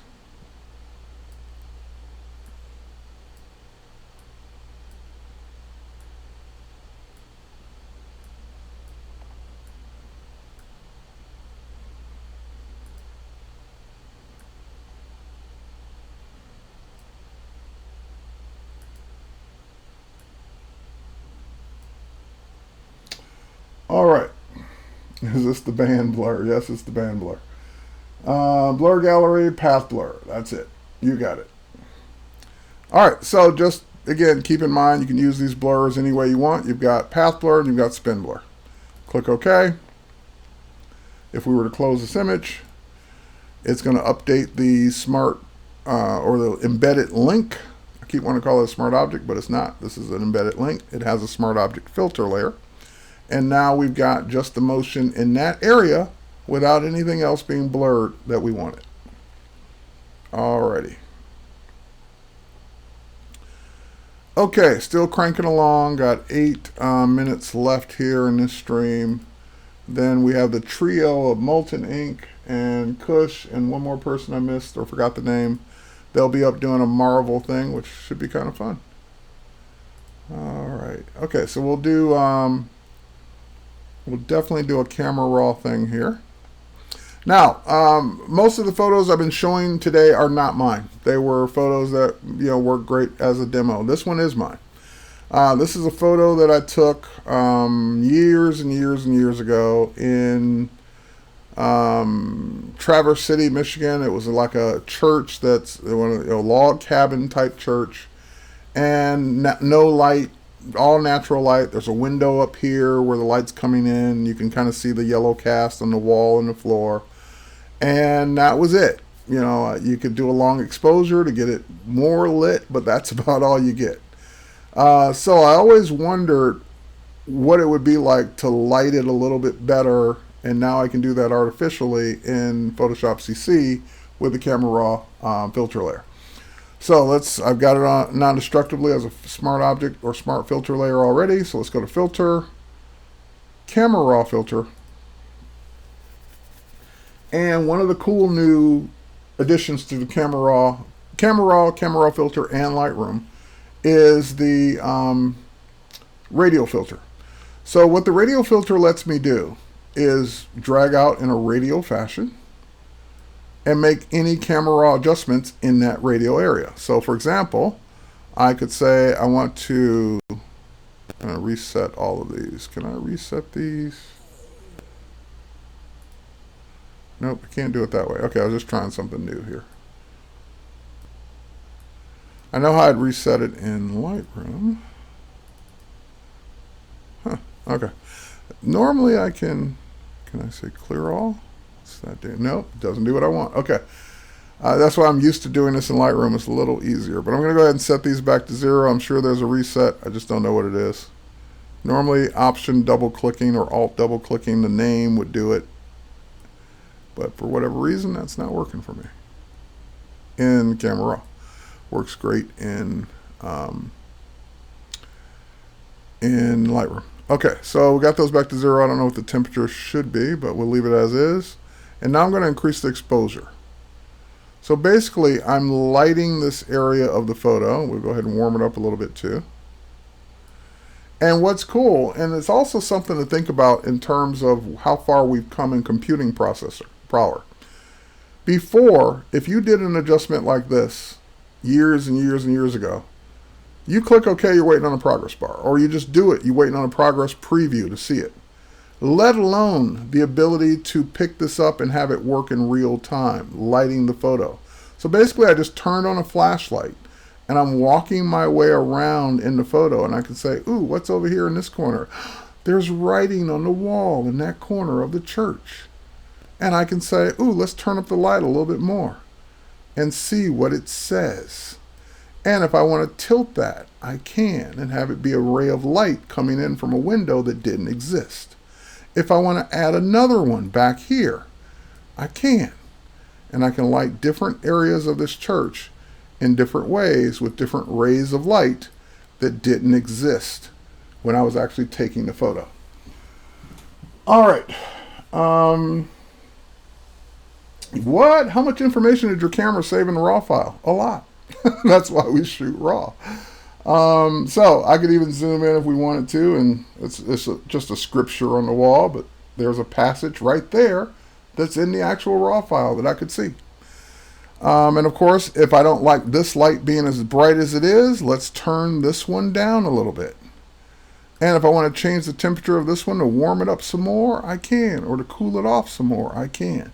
So they're independent modifiable points that we can, again, pick up, walk around, see what's in this photo, even double the exposure in that spot, and keep going. So guys, this stuff is just really limited by your imagination. All right, so if I click OK, that becomes a smart filter layer that I can turn on and turn the lights on when I walk into church and turn them off when I leave. You get the idea. All right, let's see what else. We got 3 minutes left. I don't know if I got time for anything else. Let's see if we got time for one more. Oh, I closed the wrong one. Oops. Whatever that one was, we won't be doing it. All right, one last one here. What's my YouTube? My YouTube is, oh, what's YouTube? Sorry. I thought you were asking about my YouTube. My YouTube's terrywhite.tv. All right. So one of the things in Camera Raw that was always kind of a pain, and even in Photoshop, you really don't have a non-destructive way of doing it without duplicating the layer, is when you want to make healing adjustments. Well, now you can make them non-destructively with the filter, liquefy, and this works in Lightroom as well. I'm sorry, not liquify. Sorry, wrong filter. Filter camera raw. And you have the ability to go into your, where is it? Your spot adjustment tool. There's a spot removal tool. And now your spot removal tool can be non-circular. Before you could only tap a spot and it would go find a spot to replace it with. That's what you used to do before. Now you can actually draw whatever shape you want it to be and make that be your new adjustment, your new area. So non-circular adjustments with the spot removal tool in Camera Raw and the develop module inside Lightroom CC. All right, so just keep that in mind. And that is non-destructive. So if I want to get that spot back for whatever reason or work on it some more, I can. All right. Hey Terry, can you go over by 5 minutes? The next stream is working on an audio issue. Sure. I can go over 5 minutes. Okay, so we're getting an extra 6 minutes right now because the next stream is sorting something out. All right, that means I got to go find another image to open up because that was my last one, which there were some I closed by accident. So let's, oh, I know what I want to show. This will be perfect for 5 minutes. Let's go out.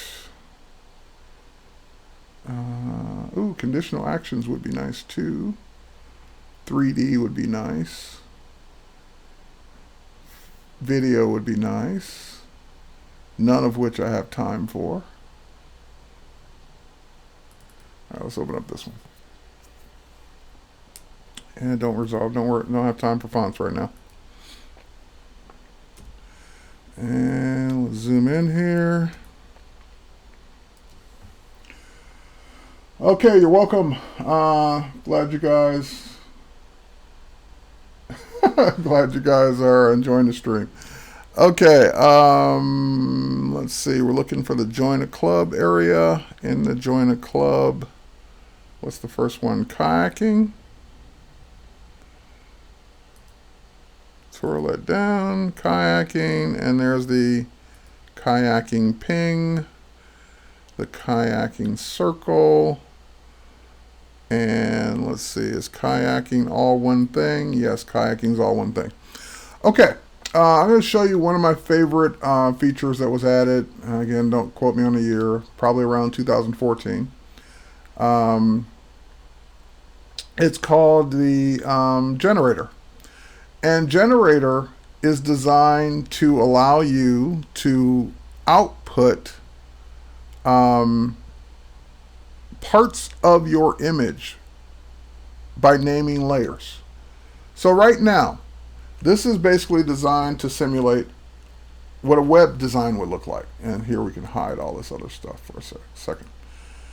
So this is what the web page would look like. So what happens a lot of times in design is your designer designs visually what the page should look like. And then they hand off that design to a coder to actually write the code to make it look like that.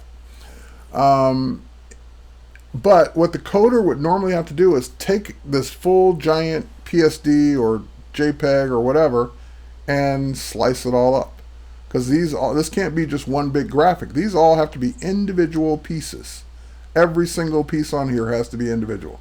So you can imagine how much time that might take to cut this all up, every single layer, every piece of text, every image, every icon, and optimize it for the web. It would take a long time, especially for a page this big and this complex.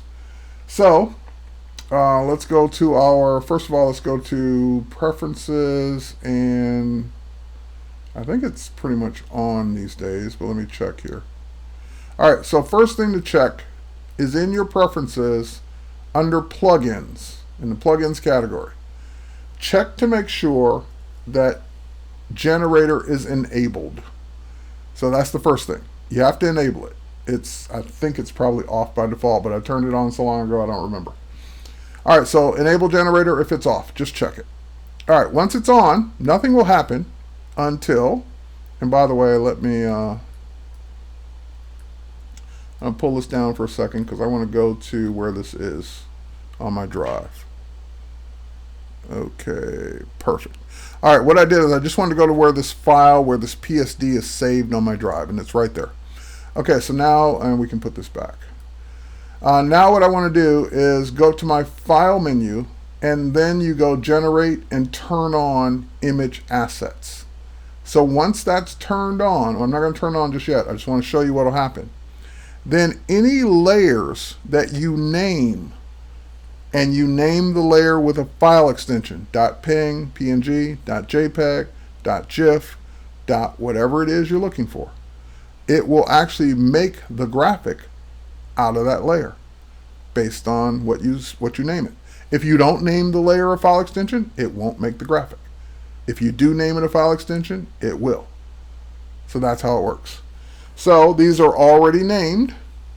But we're going to go back to that one, the kayak one example. We're going to make some changes to it in just a minute. So let's go do this. File, generate image assets, and turn it on.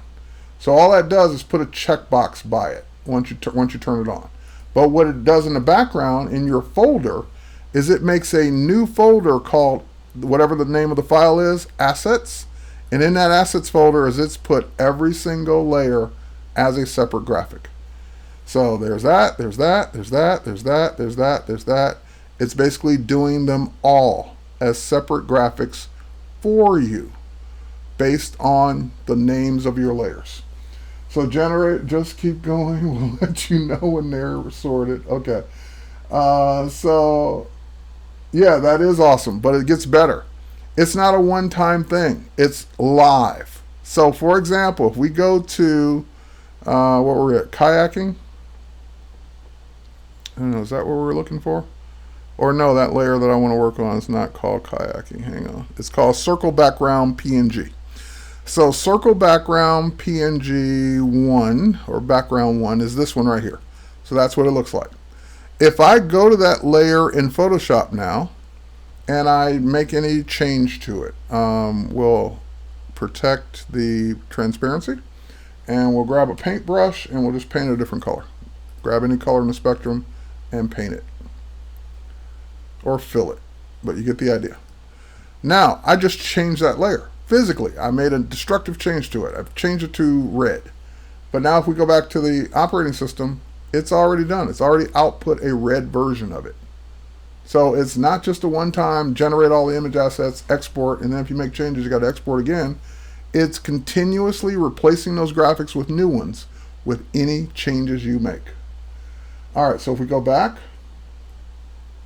and we undo that, take the red off, we go back, it's already done it. It's already taken the red off and updated that graphic right there on the spot. If I go in and do half of it red or part of it red, there we go. It's already done the red half. So it's constantly making changes and making new graphics for you on the fly. And I use this, even though I'm not a web designer per se. I'll show you how I use this if we got, looks like we have more time. Hey Tokyo, what's up?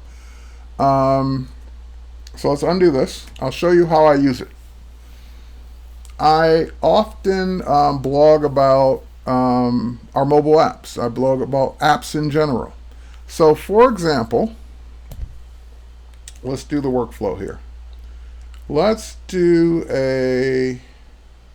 I got my iPhone here. Let's go into one of our apps and let's just take a screenshot. All right, I'll go into Lightroom here, Lightroom Mobile, and I'll take a screenshot. So now, oh, hang on, I need to sign in. Or just, actually that's okay, it doesn't matter.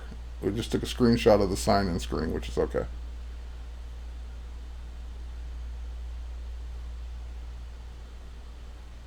I'm signing in because I should. Okay, let me find a screenshot. Let me make sure the screenshot looks good, because it was transitioning when I took it. All right, screenshot looks good. So now I'm going to send that screenshot. Ooh, I know what I can do. I can send that screenshot to my computer with the Creative Cloud app. Creative Cloud apps on iOS and Android. Let's see if I'm signed into that. I haven't used it in a minute. Okay, looks like I'm still signed in. Let's go ahead and we're in my files. Upload a file. Yep, upload files. Great. And now I'm just going to upload that screenshot. If I can find it. I don't know what order's what. Nope, not there.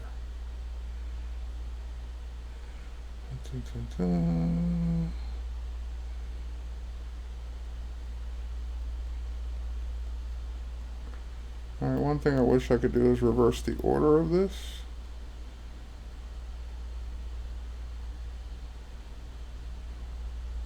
There it is. Okay. Upload that one file. Uploading. And let's see if it syncs it. If it doesn't sync it fast enough, we'll just copy it a different way.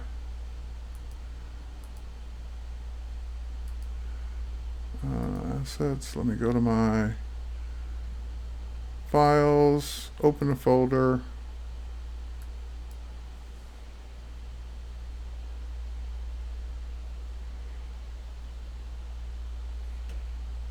Date modify. I don't see it. I don't see it in here either. I think I'm not signed in anymore is the problem. Yeah, I'm not signed in. That's why. I'm not signed in.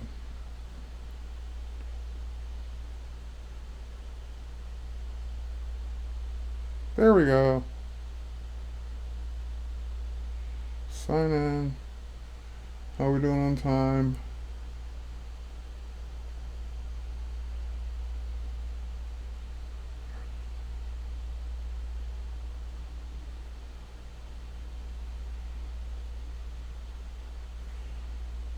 Okay, signing in. Hang on a minute.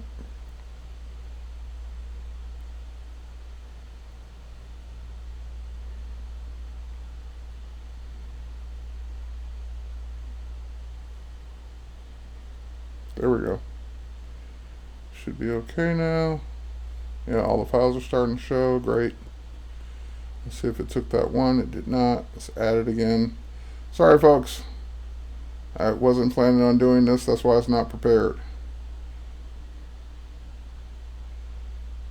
All right, one more time.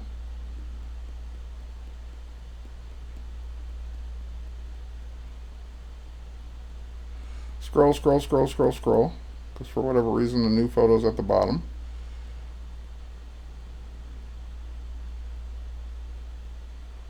There it is. Add it. Upload.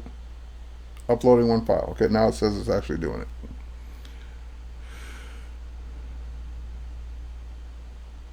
Uploading. I see a little progress bar go across. It's done. I see my little sync icons. That's done.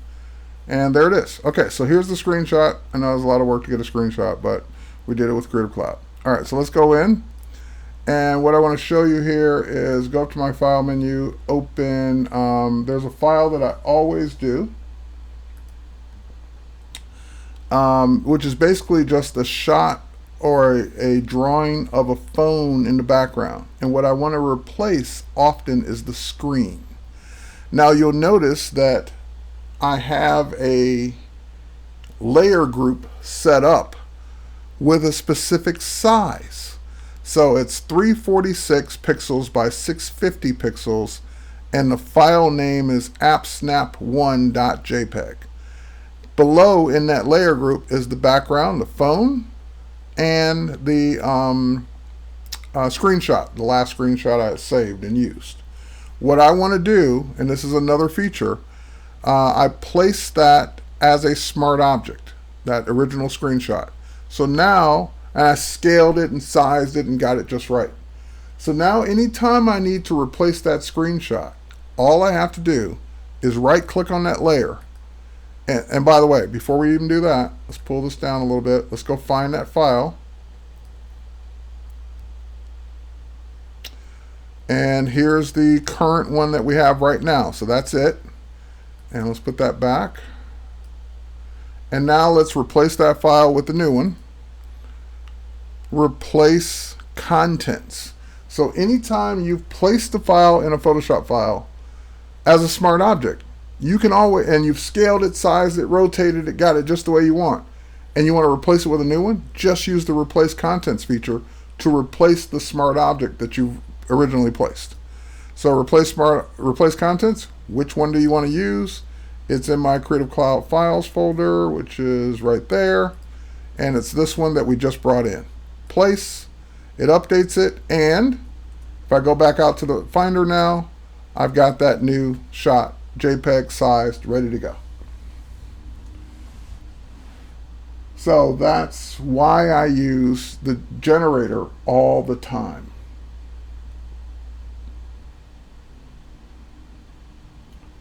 All right, how are we doing on the next stream, guys? Does the file you're replacing it with have to be the exact same dimensions? Yes, because if you're replacing with something different, then the results will be different because you've scaled it, you've sized it, you rotated it based on a certain pixel size. You replace it with a different one, it's going to be different.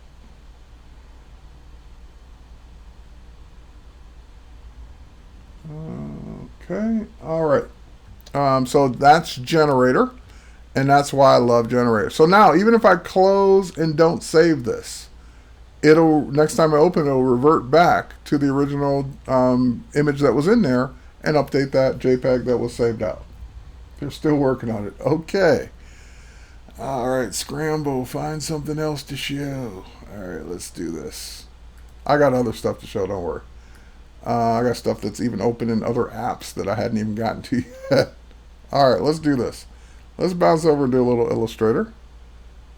I've got Illustrator open here. And so I just want to show you a couple of new things in Illustrator. Since a lot of people are asking, how come you guys on the Adobe channel don't show more Illustrator? And I agree. So I had some Illustrator stuff waiting in the wings. All right, so with that said, one of the things that was introduced a while back, again, this is Throwback Tuesday, so a while back was introduced live corners. So I'm going to show you what was introduced back then. I'm going to show you some new things that probably many of you have not seen or don't know about yet. Let's go in. I don't think I need that right away, but let's put it over here for now.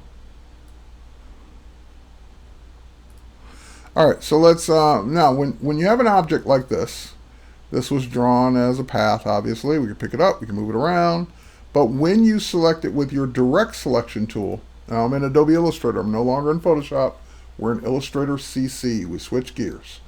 But when you select it, you notice now you get the points that you always had on a vector object, but now you get these little circles. These little handles are for live corners. So I can pull that handle down and curve that corner.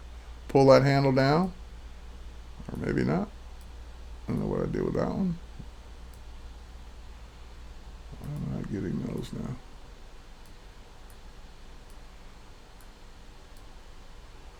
All right, I'm doing something weird here.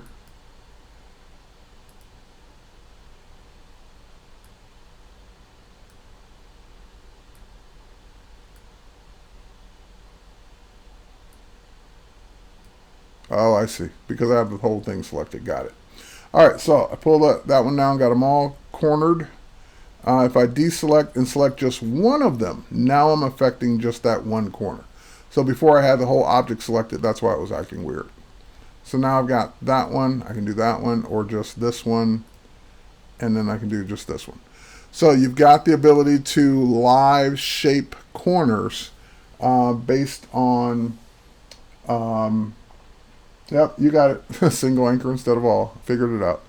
Now you got the ability to live shape any corner object. And again, that's not new, that's been there a while. What is new is your live shapes now are not just limited to corners or squares or rectangles.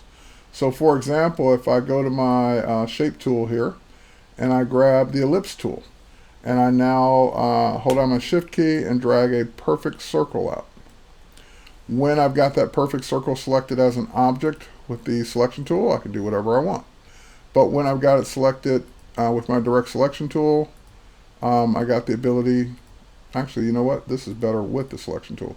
With the selection tool on a circle, you get this new pie handle, as well as the ability to quickly change the size of it from this other handle. And with the pie handle, you get the ability to do this. So that's extremely nice for people that want to draw shapes, perfect shapes, really quickly. So just swing that baby around and get whatever you need. What else? This is probably one of my favorite things. We go down here. I'm going to show it to you on a different file, actually. Let's go here. Let's do it on this one. Never used Illustrator. You should check it out. It's fun.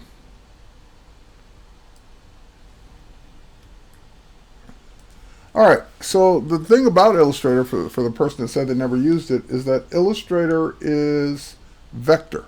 So that means it's resolution independent. Unlike a photograph that is only how many ever pixels it is, this can be blown up to the size of the Empire State Building, and it will still look as clean as it looks here. One of the issues has always been for new users, or users in general, has been drawing not so much the predefined shapes. Those are easy. Draw a circle, grab the circle tool, hold down the shift key, you got a perfect circle. But when you want to draw something that's not perfect, and what I mean by that, not a geometric shape. You want to draw it perfect, but not a geometric shape. So what the team has constantly done in the last 2 years is A, optimize the performance of Illustrator, and B, optimize the drawing capabilities to make them more approachable. The pen tool has long been a standard, actually it's this one. The pen tool has been a long standard in drawing shapes, and let me make sure I'm on the right layer here. Yes, I am. So for example, if I wanted to click, draw a shape that way, but if I wanted to draw a curve, I would click and drag, and I could then begin to curve this shape out, or just click actually. So as long as you knew what you were doing with the pen tool, you could achieve any shape that you wanted. But then you run into things like this. Oh no, how do I get out of it? And hit the escape key and you get out of it. So those were things that were not really novice friendly, not really approachable right away. The pen tool takes some practice. It takes some getting used to know when to click, when to drag, when to escape, when to connect it, so forth and so on. One of the tools though that people often try once and then they never touch it again was the pencil tool. The pencil tool is one of those tools that people just laugh when you mention it, because it's like, what am I going to do with that thing? That thing sucks. And that might have been the case 5 years ago, 6 years ago. But the pencil tool has a new feature I think that'll bring you back. I'm going to show it the old way first and show you why people hated it. I'm even going to use my Wacom stylus. I'm going to do the best job I can. What I want to do is I want to draw a curve like her hair. I want to basically make it as close to her hair as possible. Now it's going to be an orange curve. I got an orange stroke. It's nice and thick, so you'll see it. But let's try it. So again, even with a stylus, I'm going to try and do the best I can. Here we go.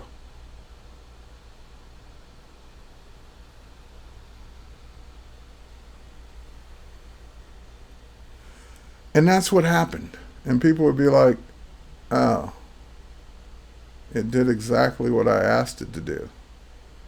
That's not what I wanted. I wanted it to 9:25. Okay, 3 minutes. I wanted it to look like her hair, not like every little spot where I stopped. Okay, so then people delete it and never touch it again, because the pencil tool has always been, unfortunately, very precise. You make the least little movement in your hand, it would make it for you. So this is one of those cases, do what I want, not what I say. Do what I want you to do, not what I told you to do with my hand. So now you can make that happen. You can double click on the pencil tool, and you have this new fidelity slider, and it defaults to smooth, by the way. You don't have to worry about doing this, but I put it back on accurate to show you what it used to be. Now let's put it all the way back on smooth, click OK, and now let me show you what it does. Same thing, same hand, same person, and we'll try and do our same shape with the same floss, and you get a nice, perfect, smooth curve that doesn't have 50 million points in it. You get what you were trying to draw in the first place. So, yep, I got the note about when to switch over. Thanks. Glad you guys like my broadcast. All right, so that is just, again, don't give up on the pencil tool so quickly now. Switch it to fidelity, or switch it to smooth if it's not already on it, and draw. Draw the shapes you've always wanted to draw with your hand that would have been harder even to do with the pencil tool. I mean, with the pen tool. Just draw naturally, and you get that real fidelity, that it draws what I wanted, not what I told it to do. So you can even go in, I believe, and draw shapes with the shift key down, so you get a perfect line. And then when you do something like that, it curves it. So the pencil tool, after all these years, is actually something I can use now, not something to be laughed at anymore. So guys, with that said, we got like 1 minute left. Not enough time for me to really dive into anything else, so I'm just going to switch gears here and get ready for the next stream. Glad you guys, yeah, the Cintiq's awesome. Glad you guys had enjoyed the stream, and you got an extra 25 minutes of streaming from Terry White, the Terry White Live, the Photoshop and Lightroom show. Normally on Tuesdays and Fridays at 10 a.m. Eastern Time till noon Eastern Time. And with that said, thanks for watching. Take care, and we'll catch you on the next one. We have 3 great streamers coming up right now, and they're going to do a Marvel trio, and it should be cool. So check you out and catch you on Friday. Take care.